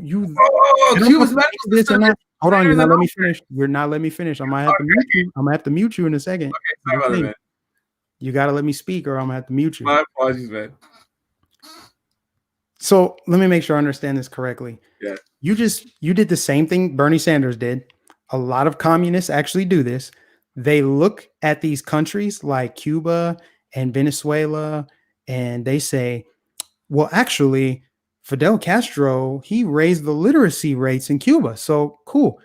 And it is so incredibly disrespectful to the Cuban population that fled that state or that country because they saw the tyranny, the poverty. They've literally floated over here on cars, on anything they could, boats, boards, to get away from Cuba because of that country. And people like Bernie Sanders want to cherry pick. Oh, their education system was pretty good, but it's like, yeah, And people healthcare. are dying. That is ridiculous. And people like Bernie Sanders, their answer is, well, what you actually need is more government power. We actually need more of this. And when you talk about places like Norway, which you said are more free than here, I don't know of a free country that takes 60% of your income. That they take 60% of your income. Taxation is theft. You don't have a choice. This is why I support limited government. This is why I operate from the principled position. We need to limit the power of government. If people got to keep more of their money instead of sending it to Congress, who then sends it overseas and wastefully spends on wars, if people had more money in their pockets, their hard-earned labor, they got to keep the fruits of their hard-earned their labor, they'd be able to improve the quality of their lives, as opposed to, well, I'm going to give the government all my money and they're just going to give me stuff. And it's just going to work out. They'll take care of me. When you outsource the management of your own life and your well-being, you will never get the return on your investment. Never. That you would if you did it for yourself. Period. Point blank period. Every CEO knows that. Every wealthy entrepreneur, Grant Cardone, those people know that. They'll tell you that. Any self-help book you can read will tell you, take responsibility for your own life, be independent, be self-reliant, and you're going to be successful, especially in a country like the United States of America, which is why people have fled all of these countries, came over here, and improved the quality of their life. Just saying. But what else you got? I don't want to get hung up on one topic. Yeah. I just had to talk about just like Cuba a little bit more, just for a little bit. All right, when you're talking about this intense poverty out in a place like Cuba or Venezuela, these are countries that are dealing with like countrywide issues. Like, not when I say countrywide issues, I mean like just like disasters and stuff like that. Cuba has had multiple conflicts with us. Venezuela like had a coup going on. Like when countries have those things, like it's hard to feed your populace. Like I remember being in a bread line when I was in like 4th grade. And do you know what happened? Hurricane Charlie came through. Well, And the like problem is messed up our food supply. People were in freaking wars over toilet paper and in bread lines during 2020, man. Like out in Texas. yeah, that's what happens when you rely on the government for your well-being. They always screw up. Private industries could have helped those people. I'd rather have a garden than go wait in a bread line. I'd rather have a garden. I'd rather have some chickens. Live in an apartment. That's cows. I would rather be self-reliant. I would rather live off the land. You're saying government's responsibility, which government is just a group of people who are no smarter than you. Government have no higher claim over your life than you. You're saying that government, which is a group of people who think they're really smart and can organize society, they should have the responsibility to feed millions of people. That's what you're saying. When you say government should be taking care of people, feeding people, that is a horrible idea. People can better feed themselves. People know what's best for them. So that gets back to my whole point. The whole reason why we have to agree to disagree. Hold on, I'm not finished.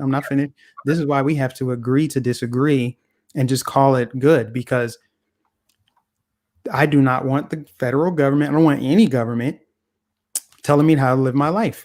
It's that simple. And millions and millions and millions of people agree with me. Some people agree with you. They're wrong. And the reason why they're wrong is because they're trying to control the destiny of somebody else at gunpoint, essentially. You're going to do it this way. You can't opt out.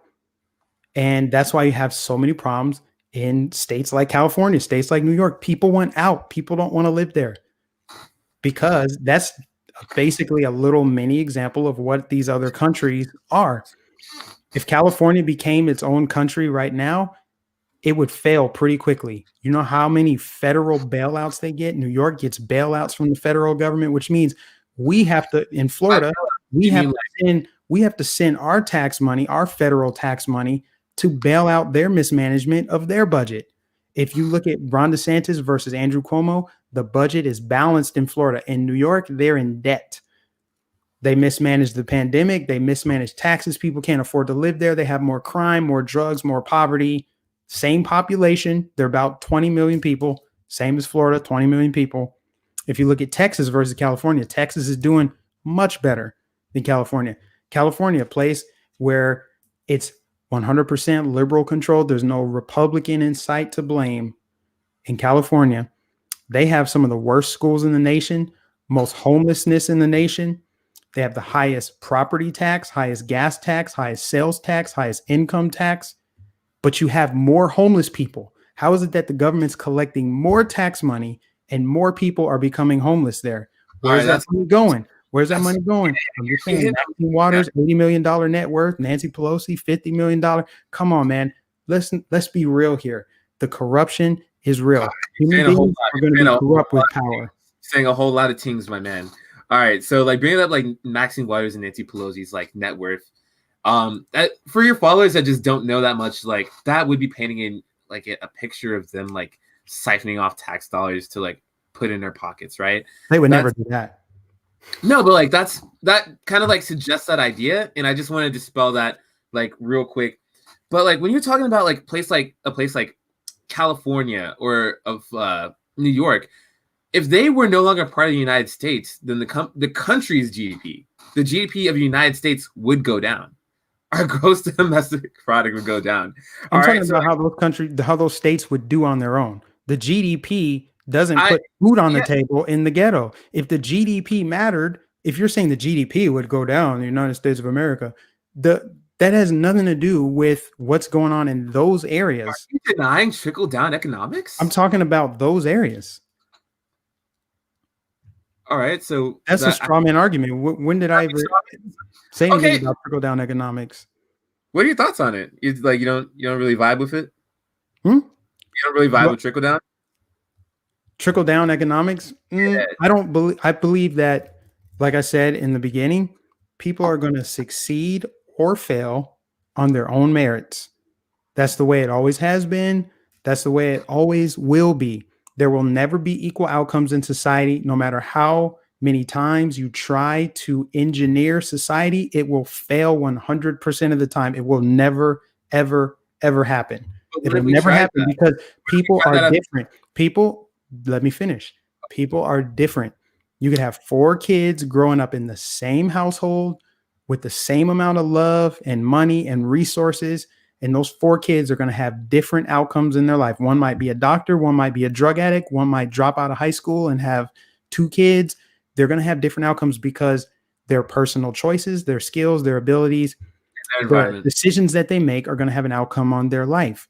So you're not going to have this utopian society where everybody gets along, everybody gets equal stuff, and that if we just do this, it's not going to work.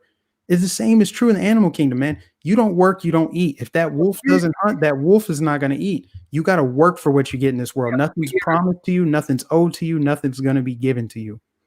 No, I feel like certain things should be given to people By in who? this world. By society. What is society, though? What is society? People? We can say government, like say like education, right? Like it has to come from somewhere. Yeah, it comes from the people that live in the society. Like you're saying some people should be forced to do something for other people. Yes. That's why. You agree with forcing people. Are you against things like this? You agree with forcing people against their will to provide a good or a service for another person? Because it benefits them as a person in that country. No. If my tax dollars go to a school and then people in that school become then that's not like a free society. What? If you think a government should force somebody to do something, it's not a free society. You just debunked your whole argument. You said those kinds of societies are free. If it's not free, I'm saying they have a higher level of freedom than the United States do. I'm not saying it's all they have a higher level of freedom than the United States do. Like possesses, right? Like it's easier for someone to go from like low class to a higher class. It's easier for someone to go from high school to college if they're in a lower class situation.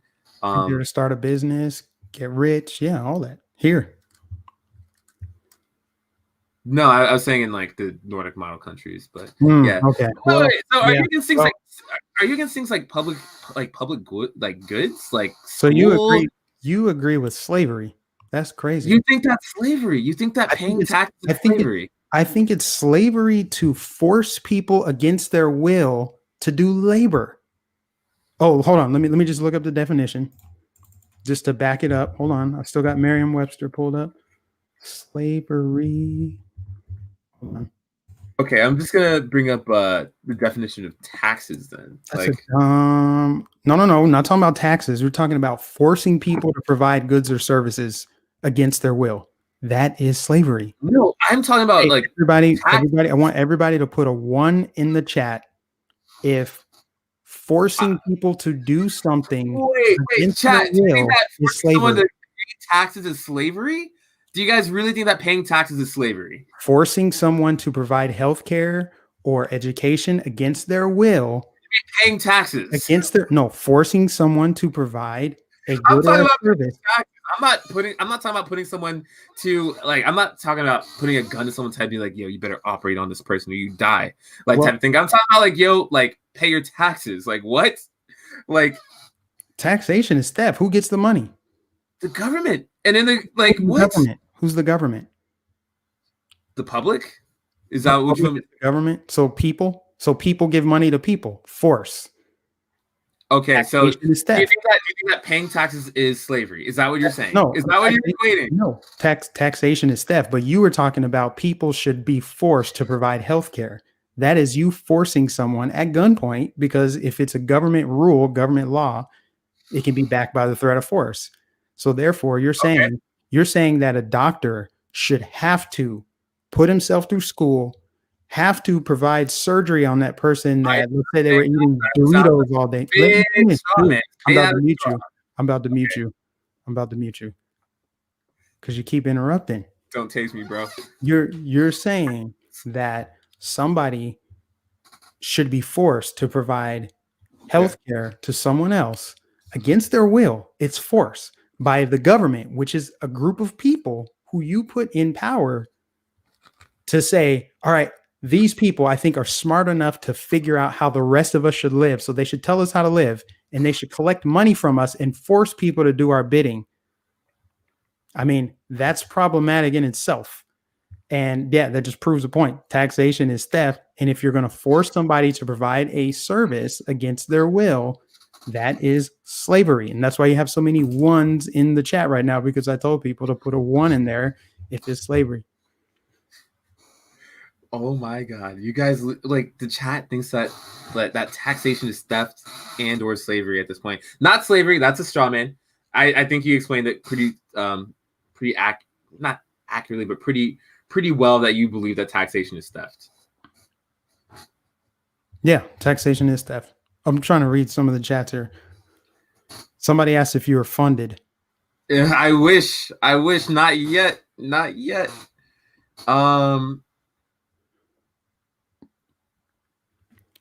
Catherine says, Tosh, I need a doctor. Will you pay my bills? I mean, I'll pay the taxes necessary for like universal health care. If it means that you get to see a doctor, then yes, I'll be happy to pay my taxes.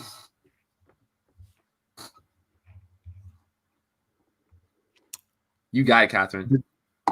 The death tax will be. You mean a state tax is a death tax? What?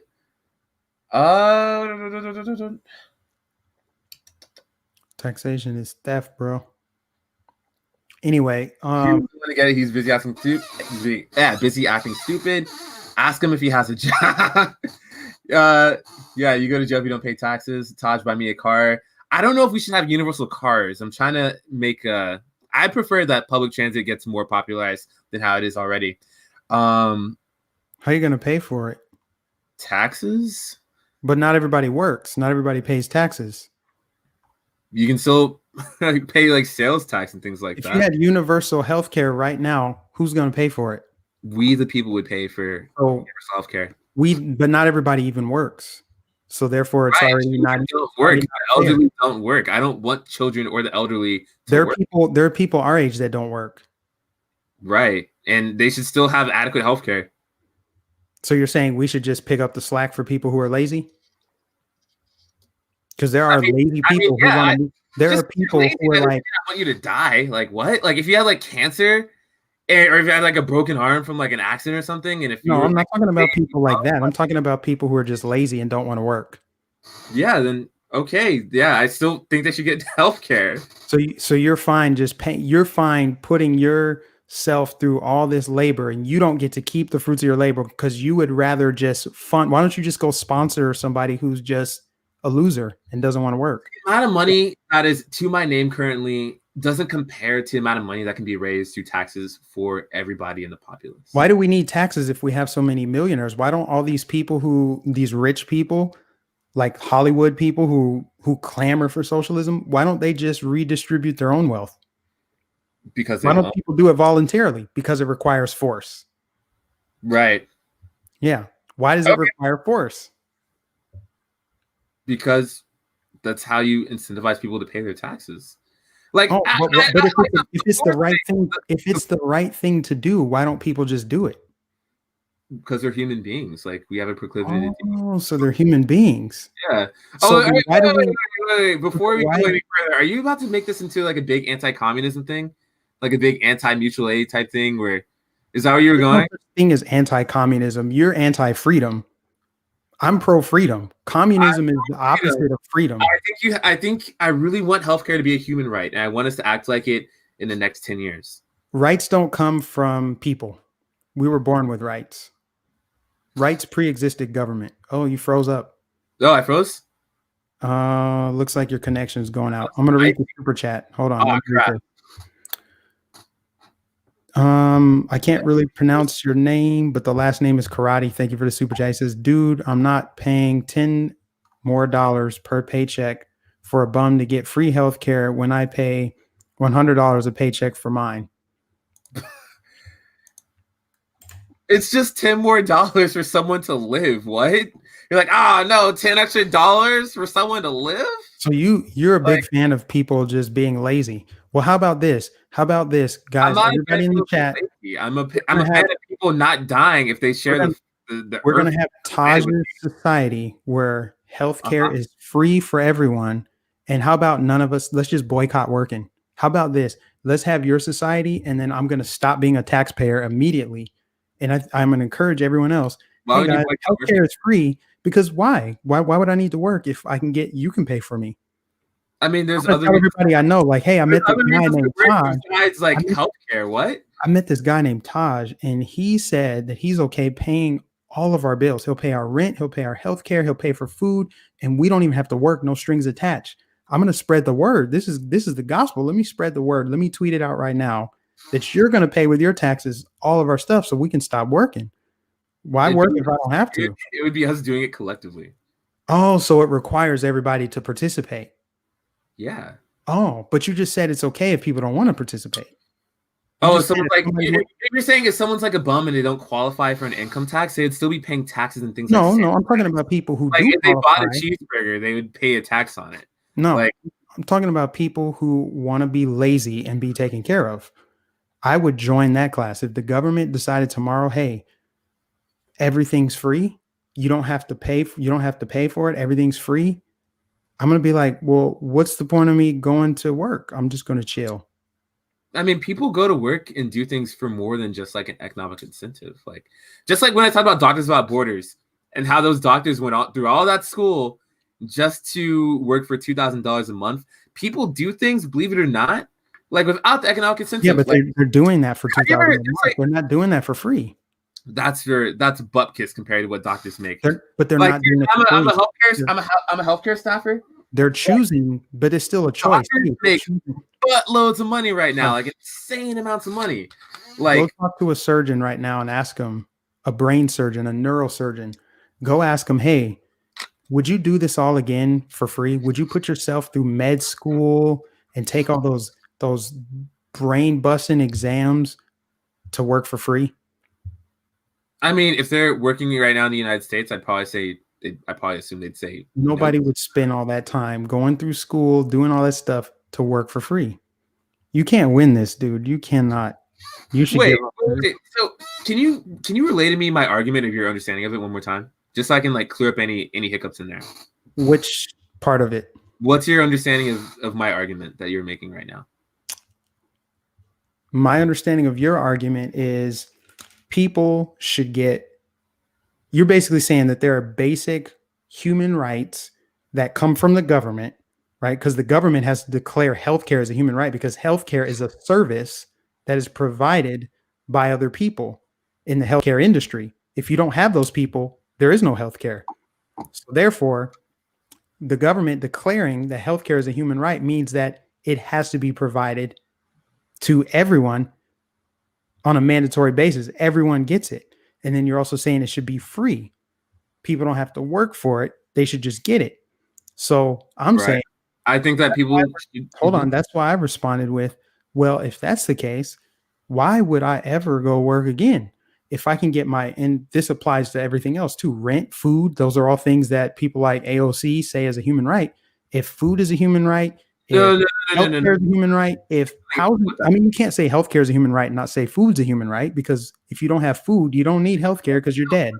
Yeah, food's a human right, but okay, so if all the things are human rights, that's the word affordable in front of housing. Like at all times, she attached the word affordable. I don't think she said free housing. Affordable based on whose standard of living? That's subjective. Affordable. Okay. I don't think a Mercedes is affordable, but I think my Dodge Ram is affordable. I just bought a Dodge Ram. I think that's affordable, but there's certain things that I don't think are affordable. Your standard of affordable is different than everybody else's. Right. If we set a reasonable standard of reasonable based on who decides what's reasonable, though. I guess like we just go by the numbers. We would the bartender AOC.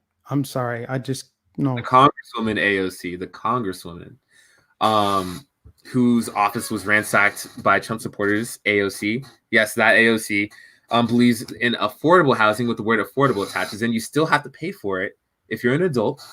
But it's something that's affordable. No more of these like working at Disney, sleeping in your car type things. Like no more of that. Like hold on, let me give a shout out to these super chats here. I know a place in each place. How to get a job to even qualify for health. Hold on. Did I get paid weekly? That's a year. That's a mortgage payment in most places in the U.S. per person. I've had to get a job to even qualify for health. All right, so what I'd say to that is, yeah, man, like 520 a year, just so fellow Americans like that bum you mentioned, or perhaps a kid that's too young to pay for healthcare, or perhaps an old person that's too old to work can have sustainable healthcare, like healthcare that like can live in a country where they don't have to go into debt, or they don't have to worry between dying or losing a limb or like going into debt, you know? Like I'd prefer to live in I think that's a better America.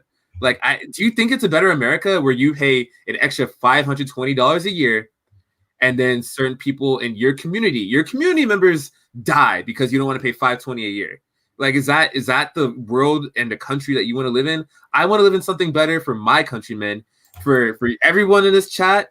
Even if you guys are broke as a joke, got baby mama payments and stuff, and you can't afford anything, can't afford a cheeseburger you ate today. Like, I want to live in a country you guys can where you guys don't have to worry about that like plantar fasciitis that you have, where you guys don't have to worry about, oh, if I cut myself really bad, then I have to do a surgery on myself. I don't want you guys to do that. If you guys got cancer, you find out, oh wait, this part of my body is like really numb and sore, and get it like an x-ray for it. Oh wait, it's a tumor. Like, I don't want you guys to worry about stuff like that, like just because you can't afford it.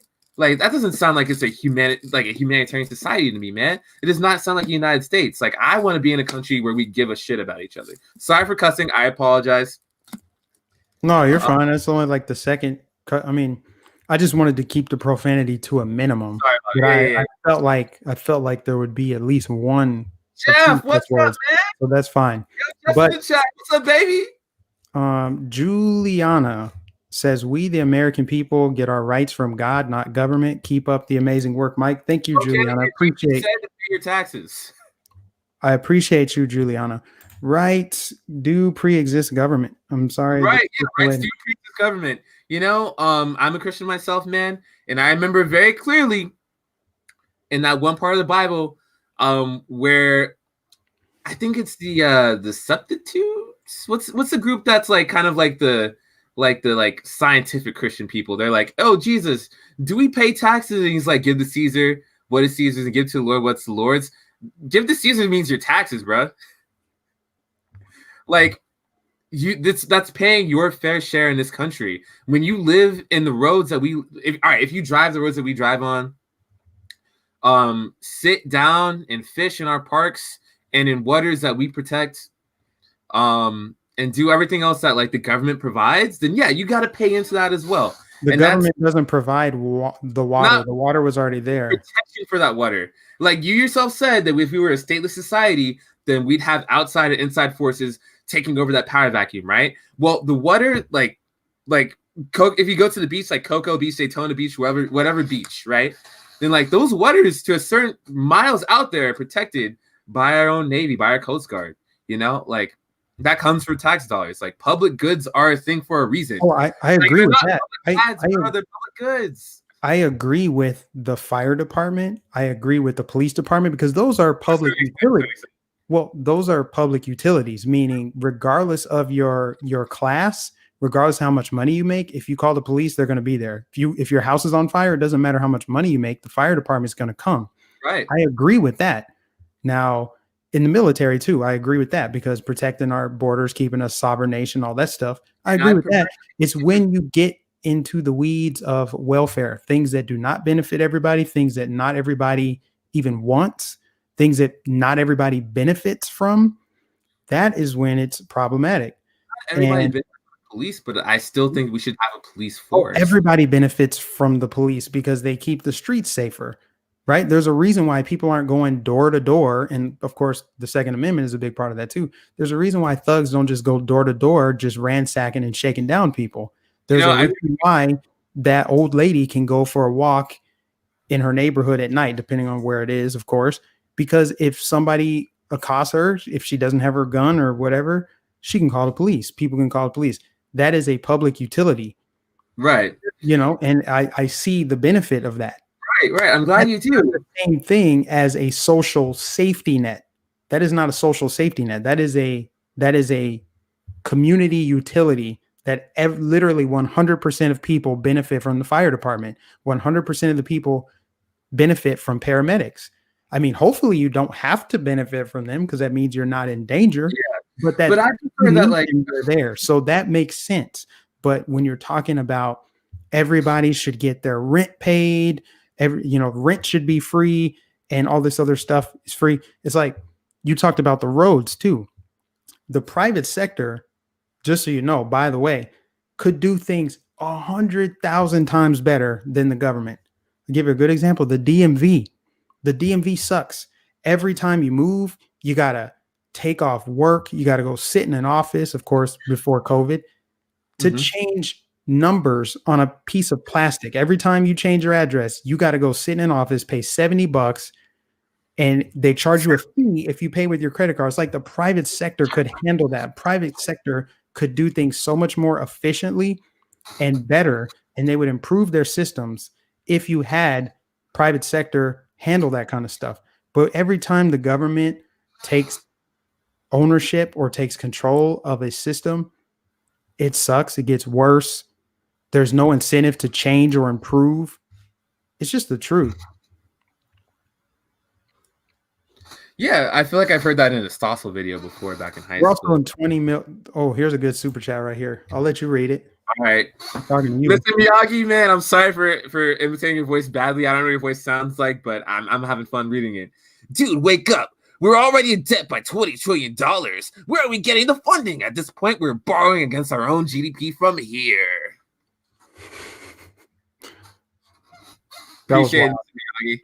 Wait, let me go back to reading it because I need to. All right. $20 trillion. Where are we getting the funding? At this point, we're borrowing against our own GDP from here. Yeah, I guess the funding's gonna come from tax dollars. You're just gonna have to make a few cuts, like cuts to things like the military, cuts to things like police forces and police grants that we give out federally, and just go from there. I earnestly believe that our money is better spent on people's like well-being, as in not military like protected well-beings, but I mean like people's well-being to like healthcare and education. I think that benefits our society much more if we live in a society of educated people. Like when you were talking about people earlier in Magnificent about like old ladies getting like accosted and attacked in a park, I don't want to live in a society like that. I don't think anybody does. Like you're always going to have that because there's more likely, I have a question though. Who is more likely to rob an old lady in a park? Somebody that dropped out of high school or somebody with a PhD? Hold on. Red said Mike really skipped my super chat though. Hold on. Where is your super chat? Because I saw it come in and I think it's because I'm using StreamYard. I did not mean to miss your super chat. I'm sorry, but if you type it again, I will read it. But thank you for your super chat, Red. I don't know how to get these because I'm using StreamYard. It's not really an excuse. I should figure out how to do this, but because I don't live stream very often on StreamYard, the super chats go away. But anyway, go ahead. Dang. All right. Yeah, we need to get back to his thing real soon, but I can't see it, man. I'm sorry, Red. But yeah, what I'm saying is like if we funded things like education in a more efficient manner, where people have like more adequate schooling, and had the option to go to like higher education if they so deemed, or trade school if they so deemed. Like society needs both types of people, right? Then I feel like we'd have people like providing more value to the country that we live in, which is great, but also two, less people committing like violent crime. Like lack of education plus poverty creates crime. Like that's just like a proven formula. Okay. No, how does everyone what is better for me than me? Can I answer Lori Liberties? Go for it, yeah. Lori, I really like your name, Lori Liberty. That's cool. Lori Liberty. Yeah, so it's not that government knows what's better for you than you. It's more capable of doing what's better for us as a society, for not just you, but you and me and everyone else in the super chat and everyone else in our homes and beyond. They're more capable. Like, I don't think you by yourself, or at least I'd be really impressed if you were, are capable of like designing and building roads, right? I certainly can't. Like, I can't mobilize a police or military force. Like, I can't mobilize like economic well-beings. I can't like run things like schools efficiently, or have like a a post office running efficiently either by my lonesome. But I think if we collectively do it, like people that choose to work in government and people like all of us are taxpayers that fund things like government programs, then I feel like that's what like government should be doing. It's not like government choosing like what you wear to work today, right? It's not like government being like, oh, watch this TV show, not that TV show. It's not like government being like, oh, get this toothbrush, Lori. Like, no, what I'm saying is like the big things that affect the collective, which is you and your fellow country people. And that's what I believe the government should be for. If the government is so good at handling, and you think they're more equipped and capable of organizing society and make sure everyone stays afloat, then why did they just agree to only send us $600 of our money? And why did they send all this money to Pakistan for gender studies? Why did they not take money out of their own paychecks? You notice the politicians, Congress didn't miss a single paycheck all year. They voted themselves a raise. They're not on the same healthcare system as us. They use insurance. You notice a lot of these politicians are just hypocrites. So how come even the politicians who you think are more equipped to handle society, how come they don't even agree? Yeah, we were supposed to get 2,000 checks, but I believe Mitch McConnell blocked it like a few weeks ago, right? This was mere weeks ago. Yeah, he's a politician. So you're saying only left-wing politicians know how to do it, right?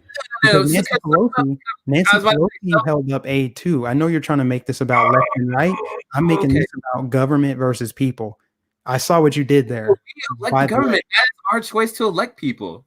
I saw what you did. Well, why do they keep screwing up? If government knows how to best handle information, if the government knows how to keep you alive, why are they doing such a horrible job at keeping everybody alive? Why do we have any problems if we have such a big government? Why does anybody die anywhere as long as there's government? Man, this take is going to be hot out the oven. It's going to be scorching, bro. Hot like summer of 99, 2000. All right, so I don't think every politician cares if we live or die. I think that's like a higher bar than what a lot of politicians like fit in. Like Mitch McConnell, I don't think he really gives too much of a darn. Nancy Pelosi either. She's kind of a ghoul too. But I think McConnell's worse. She's a devil. Yeah, we're gonna wrap up here shortly. Okay. Yeah, I want to one more time. Yo, I really appreciate you guys putting in a super chat. I really like this input that we're getting. Oh, thanks, Loki 707. All right, let me go back to none of your business. None of your business. And then someone else said something too. I think I missed. All right, so government has never been the answer for what's better for us. I mean, government programs like got us to space, like beat the Nazis during World War II. Like we as a government have done quite a few things. Yeah, but we have screwed up. Like the United States government has screwed up in a multitude of ways, and I can't deny that. I can't. Why do we keep trusting them? You trust government more than you trust you? Any government that can give you everything you want, you take control government, man. Like, did everybody in this chat vote? Did everybody in this chat like look up the politicians that they voted for, and vote ethically? You know, I don't know if we did, and you know, until we all vote ethically and have ethical people up in there that we voted in, then like, I just don't think that's like gonna be. I don't think we're ever gonna have like a perfect government. And even when we do that, the government's still gonna screw up every now and then. It is run by people. All right. So Amy Cat says bad people do bad things, regardless of education. That is true, Amy. That's real true. You know, back in 2008, 2009, Bernie Madoff was the one that triggered the recession of the day, right, with that real estate bubble. And he was well educated, right? He was a wealthy, well-to-do guy. I don't think he'd rob an old lady in the streets. But what I'm saying is that poverty plus a lack of education lead to an increase in violent crime. Like white-collar crime will still exist. Like there are plenty of people out there that are scamming their way into millionaire status, you know? It's going to be that way for a long time. But, you know, I'd rather have people that do things like that versus people that go out there and, like, beat up old ladies. Like when I think about people that I care about that are older, like my grandma's still around. Like I have aunts in their 60s. My mom's about to be in her 60s. I don't want them to be going out on a jog and stuff and getting mugged. Like I don't think anyone wants that for your mom unless you really hate your mom, maybe your mother-in-law. So like, you prefer the ignorance is bliss path. You prefer No, the invisible enemy. I would rather oh no, I'm know saying that a criminal is out there and I can defend myself because I know that criminal versus yeah, a criminal but with a suit and tie. Let me finish. Versus a criminal in a suit and tie that's going to finesse me, manipulate me, take advantage of me, and then turn around and systematically destroy me. To me, that's the worst kind of criminal. Is right, politicians. those are heinous crimes. You know what? You know, I appreciate a law enforcement that's out there, like doing things like working on financial crimes. Like what's that TV show? Like not Bones, it's something else. White Collar, I think. Yeah, White Collar investigates like white collar crime. But you know, it's a safer society to live in a place where you're more likely to get scammed than get domed for having a purse. You know, and by domed I mean being shot in the head. Um, that's like video game speak. You know, when people get dumped in Call of Duty. I feel like there's like another super chat that I have not addressed yet.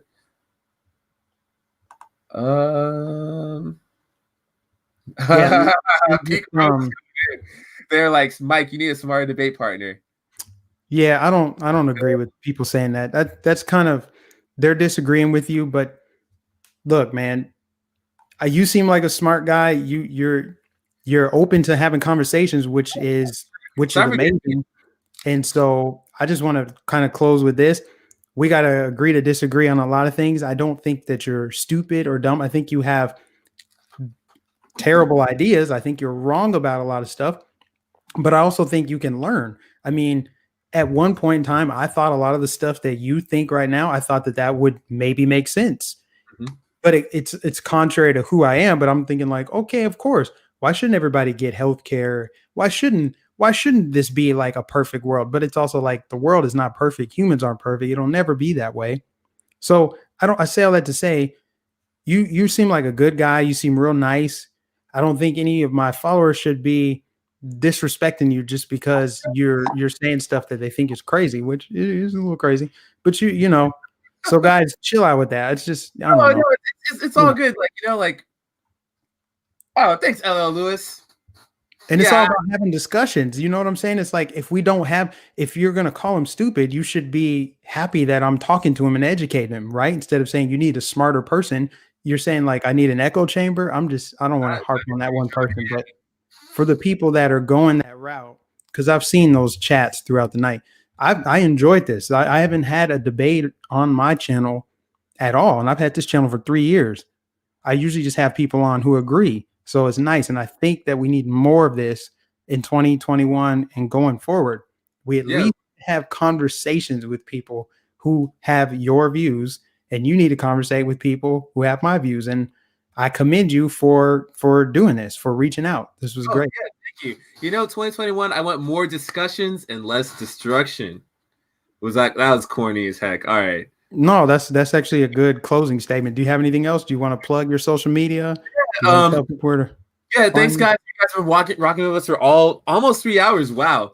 Like you know, this is telling me that is like something that was like engaging for everybody. Um, yeah, thank you, Lori Liberty. I respect Todd for participating, even if I don't agree with him. Thank you, Lori Liberty.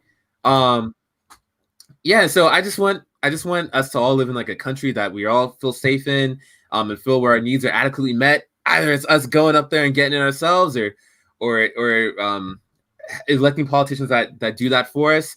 I just want to plug my channel, Bars and Joysticks. We do a lot of like hip hop, video games. Even if you don't agree with me on politics, and if you just want another channel from like small creators that do like video games and hip hop, we got you colored. Um, and occasionally you'll hear some political takes from me. But yeah, like I think you'll like me, or even if you don't like me, then you'll even love my channel mates even more, because they're even cooler and more charismatic people than I am. So yeah, it's your boy Tajy John. Check us out, Bars and Joysticks, out here on YouTube and on Twitch. And yeah, thank you. Have a great night, everybody. Yeah, and just put your channel in the super chat if anybody wants to check it out. But God bless you guys. Thanks for tuning in. Let me end this broadcast.